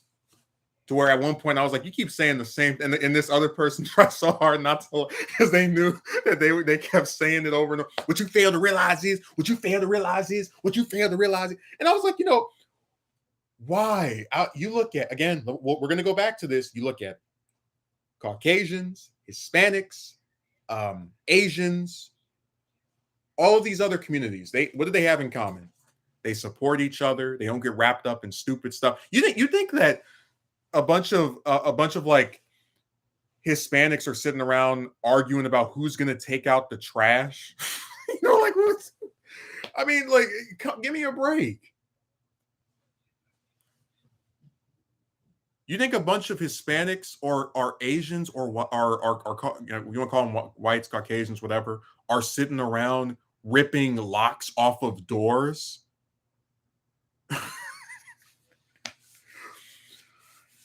Oh man, it's sad. Like I said, I'm not ashamed of my ethnicity. I'm ashamed of a lot of the things people that are my ethnicity like to do.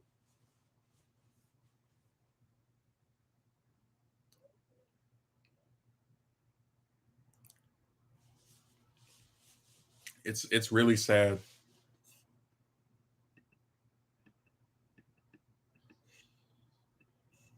Something so trivial is made into a huge, enormous big deal, going to extreme lengths of breaking the lock off the door. I just don't get it. And that's why I told you that these relatives are full of crap, because when there's something serious that you could need help with, like getting a job, or even like, hey, can I get some money so I can go buy some groceries for myself for this week? They're absent. They're completely, they're non-entities. They're not around. But when it's stupid stuff like getting mad that you're not taking out the trash, even if you're not there for most of the day while they're there and with that stuff, or getting mad that you locked your door even though you didn't even know this person was coming in here until as you were locking the thing, and you're coming back in like 20 minutes anyway. So what's the difference? They it's like they exist to just be this obstacle that makes that tries to make you more miserable than you already could. Because like I said, there's stuff I actually worry about, like having a job, whether I'm going to make this video or be able, I mean, there's a whole bunch of stuff I still want to do on here. And I'm sorry, but the last thing on my mind is, you know oh, you're mad because this person wore this, or you're mad because this person called you a name. Like, I lost count of how many names I've been called. But I told you that other communities have people who actually want to succeed, who actually brave the storm, are organized, they plan things out, they're helping each other. You don't get that from us.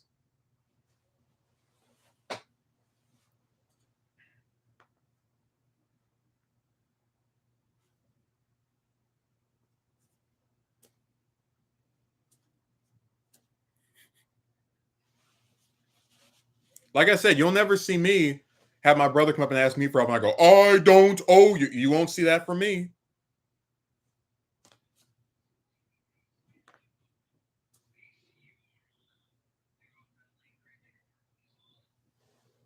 That's why I said it's pathetic. Hey, it'll be funny if I stream me going. No, I'm not going to do that because that would be even worse. I stream the reaction of me going there on Sunday, because my intention is to bring my friend with me, the one that did that stream me 4 years ago. Um, because me and him have been trying to do a sequel. Lack of ambition, lack of humanity, man. Like I told you, this stuff, they're fine with it being that way for me because it doesn't affect them. I told you, do you think if a Caucasian person had a cousin or a brother or a nephew that they knew didn't have a job and they were trying to get it, they would just let him sit there and not have any job year after year? No, they wouldn't. Same thing with Hispanics, same thing with Asians, any ethnic group you can think of other than us.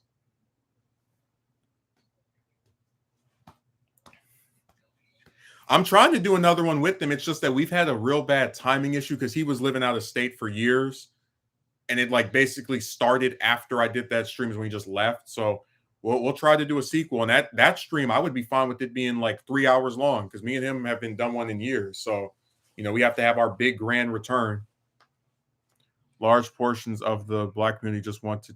Well, that's why I said that, like, if you criticize any of this abysmal behavior, you're told that you hate Black people and all this weird stuff didn't even come out of your mouth. And you're like, you know, it's really sad because we're not like, you criticizing them does not physically hurt them. Like, you're not depriving them of a job or making them have kids they can't afford, or what I mean? Like, what we're doing here is completely in what's a good way of putting it, is completely non-effective toward actually hurting people of our ethnicity, and they'll be more upset with you for saying something they don't like than people who actually do things that are detrimental. They say the same with chicks as well. You aren't allowed to criticize anyone. No. Women are a protected group. But remember, when people want to call you out your name and tell you that you should go do this to yourself and you're that, they're completely content with it.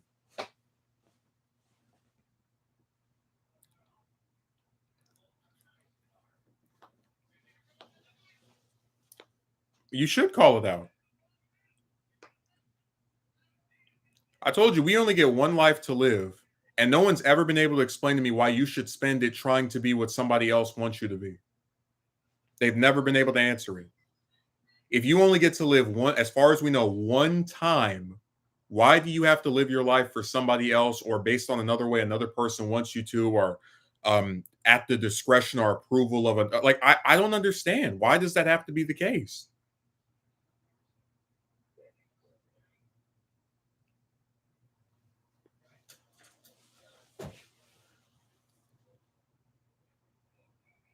Like I said, if somebody comes up to you and go, if you wear this, a woman will never like you. It's like, well, first of all, they already don't. But secondly, if you wear this other thing, you can assure me that this woman will now suddenly find me attractive and will live happily ever after and she'll pay for my stuff and take it. No, she won't. So it doesn't matter.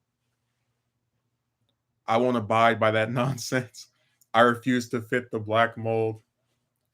Well, I guess for me, the mold should be actually doing things for yourself and treating others in a way that's not hurtful toward them.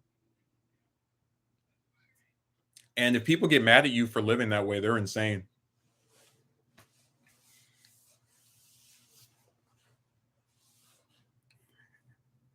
Magumi, do you remember that one stream we did? It was like 5 months ago or 4 months ago, but we were talking about how, like, the clothing options for men are so limited compared to chicks, and we were discussing how, like, if you're a woman, you can wear shirt and pants, shirt and skirt, dress, and they come in all these different colors, and they can wear sneakers and pumps and like, you remember, I think you might remember we had a conversation about that, and it was like, one of the reasons I never took the clothing thing seriously is because, and it's just my opinion, from my perspective, we don't really even have that many options. Like, if you're a guy, you're probably going to have some shirt and then some pants or whatever. And it's like, that's why to me, it always felt kind of like a joke when you have men who are like, why are you wearing this? And it's like, well, we don't even really have anything to wear that's actually distinct pretty much ever. I definitely remember they have so much options to express themselves. And we were talking about how, like, you know, it always befuddles me that people can get upset by, like, okay, so remember we were talking about how, like, if you criticize what a woman wears, it's like, it's slut shaming, and it's something that you shouldn't do because it's demeaning, and it's like, whatever, like, people don't want you to talk about what a woman wears, right? But then if you're a guy, people can talk trash about how you look and what you, and it's like, well, that doesn't really make sense to me. That like how can we live in this era where supposedly we're more um accepting than ever, but and like we don't want people to criticize women at all, but then if you're a man, you can just be hit with this barrage of people talking about the way you look nonstop daily, like there's a news cycle on TV. I mean, it doesn't make any sense to me. I'm starting to wear the same outfit every day, like Steve Jobs. I don't. Well, me, that's what I was saying. That like, if I'm sitting here and I'm worried about having a job or being able to take care of myself or paying gas for the car, you think I'm sitting here? Oh man, he wore this shirt that looks like this other shirt that he had. Like, who gives a damn? And that's why I said that. Like, it's so weird that we have so few options and I'm expected to put a high premium on this. There's barely anything for a I couldn't care less. And I even told you that if I decided, for example, to wear something that was like female clothing, right? You would see more people upset with me and antagonistic to me than if I had a kid out of wedlock that I couldn't take care of. You would see more people angry, offended, writing whatever type stuff to me over wearing a female article of clothing than you would see them upset with me for having a kid I couldn't afford or putting my hands on some woman. Or, I mean, like, that's why I said I live in the twilight zone because the things that actually matter, people have such a low concern for. Women get to express themselves however they want. Men, however, have to be comedian, billionaire, Superman. No, I'm gonna rephrase what you wrote, Akatsuki, even though I agree with it. Women get to express themselves however they want, but if you're a man, you have to fit into this one tight little specific box. And if you deviate from that script just a little bit, people lose their minds.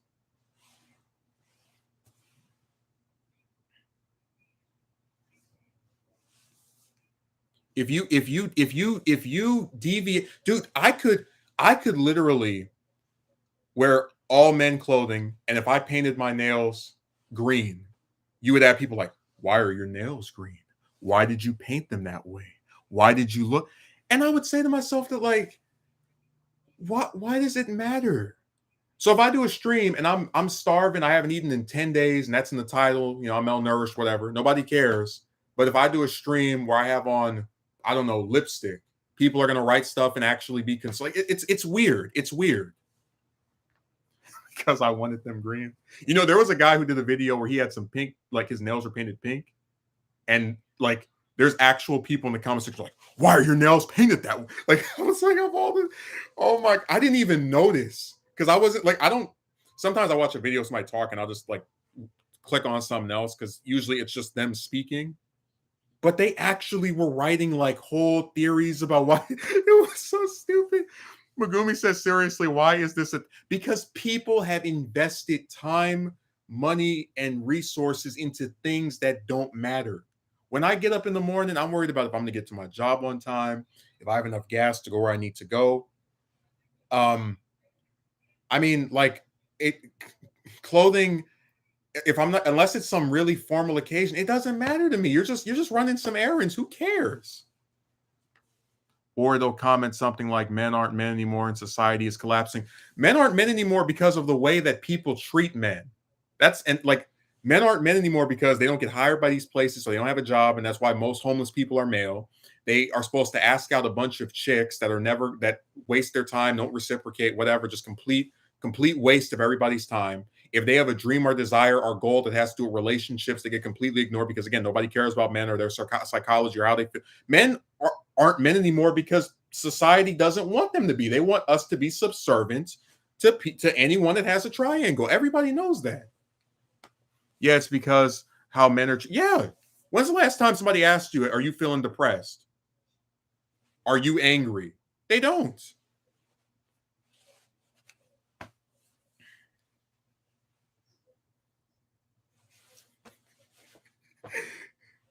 Dude, I'm not joking when I say that, like, the more you think about the stuff that matters to people and that the stuff that doesn't matter to people, it just gets more and more depressing. Like knowing that that person would sit there and have a 2-hour argument with me over what I wear or what I'm wearing, and then have like nothing to say if I'm unemployed other than to just insult me. That's Twilight Zone stuff right there.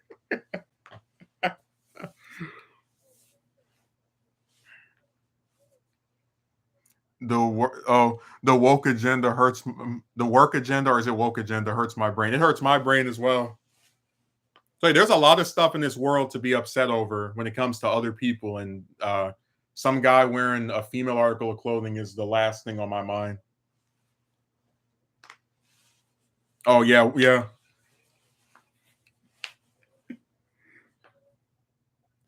dude. They act like it's the most radical thing ever. Like that's why I said chicks can wear anything a guy wears, but if you wear something that they have, it could be a damn necklace.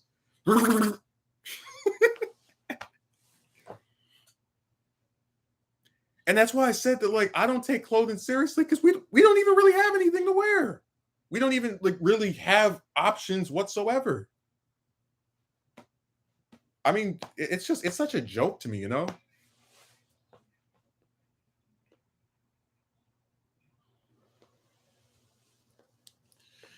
They see a man breaking the mold of self-expression and they have an identity. Oh, and they have an identity crisis. Yeah, they do. Because, like I said, just because somebody else, some other guy wears that stuff doesn't mean you have to wear it. You have women who don't even like wearing, like I guess the tomboy ones, or whatever. They don't like wearing anything feminine, and like you won't see me saying you must wear this because like who cares? They wear whatever they want. I don't care. Doesn't bother me. It is depressing the stuff that should matter or have concern for they don't pay much attention to, but the things that have so much concern for the smallest things ever and harp on its importance. That's what they are. They get caught up on stupid things that don't matter.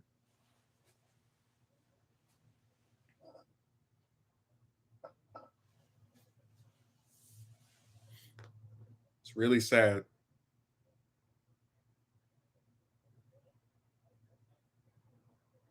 They're freaked out and panicked over a lot of stuff that's non-essential. It's really not that big of a deal. Oh, what's that? This guy is homeless and he needs somewhere to stay. Whatever. Oh my god, this man wore a woman's earring. Ugh. Oh my god, this child doesn't have parents because they abandoned him in a dumpster. Whatever. Oh my god, this man wore a skirt. Like it's I told you, Twilight Zone. Why are you wearing gloves and not addressing any topic discussed? They don't. And dude, it's like it's such a what really disturbs me is like we can have a discussion about something serious. We can have a discussion about something that's like light, people are just talking about whatever, and they'll really get wrapped up in like my attire, and I'm like, why? Who cares? I'm telling you, the only time you'll see me like thinking about what someone if it's like some woman is I'm watching her stream and maybe like I think she's hot or something. But other than that, nothing. Like it doesn't matter to me. In the meantime, millions is being shipped to Ukraine.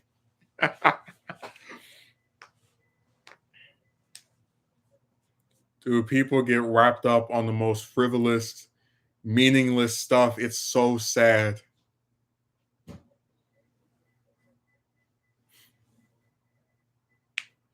I'm telling you, sometimes like the more you just sit back and think about it, it's the depression just sinks in. It's like if you're a guy and you already have these limited clothing options, you'll see people complaining about what you're wearing.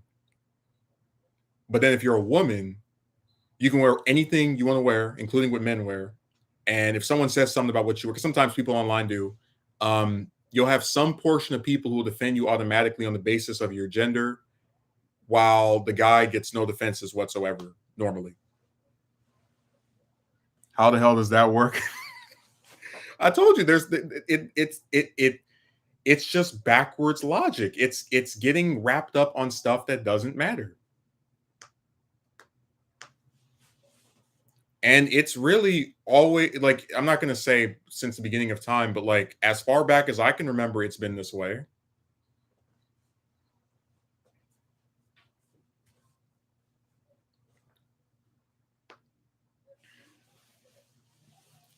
It is a distraction. But people allow themselves to be distracted and they play directly into it.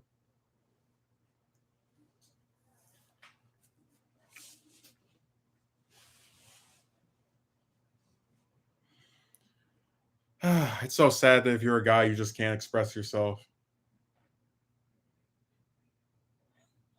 It's really, really sad.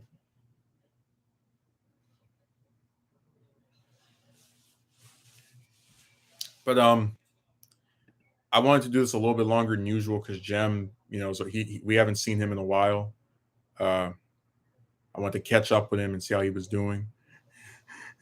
The new endangered species. I have a cousin literally threatened to fight me because I wore boots instead of name brand shoe. Needless to say, I subdued that tough twerp. And that's why I said that, like, of all the stuff to fight somebody over, this person didn't rob you, they didn't threaten you, they didn't.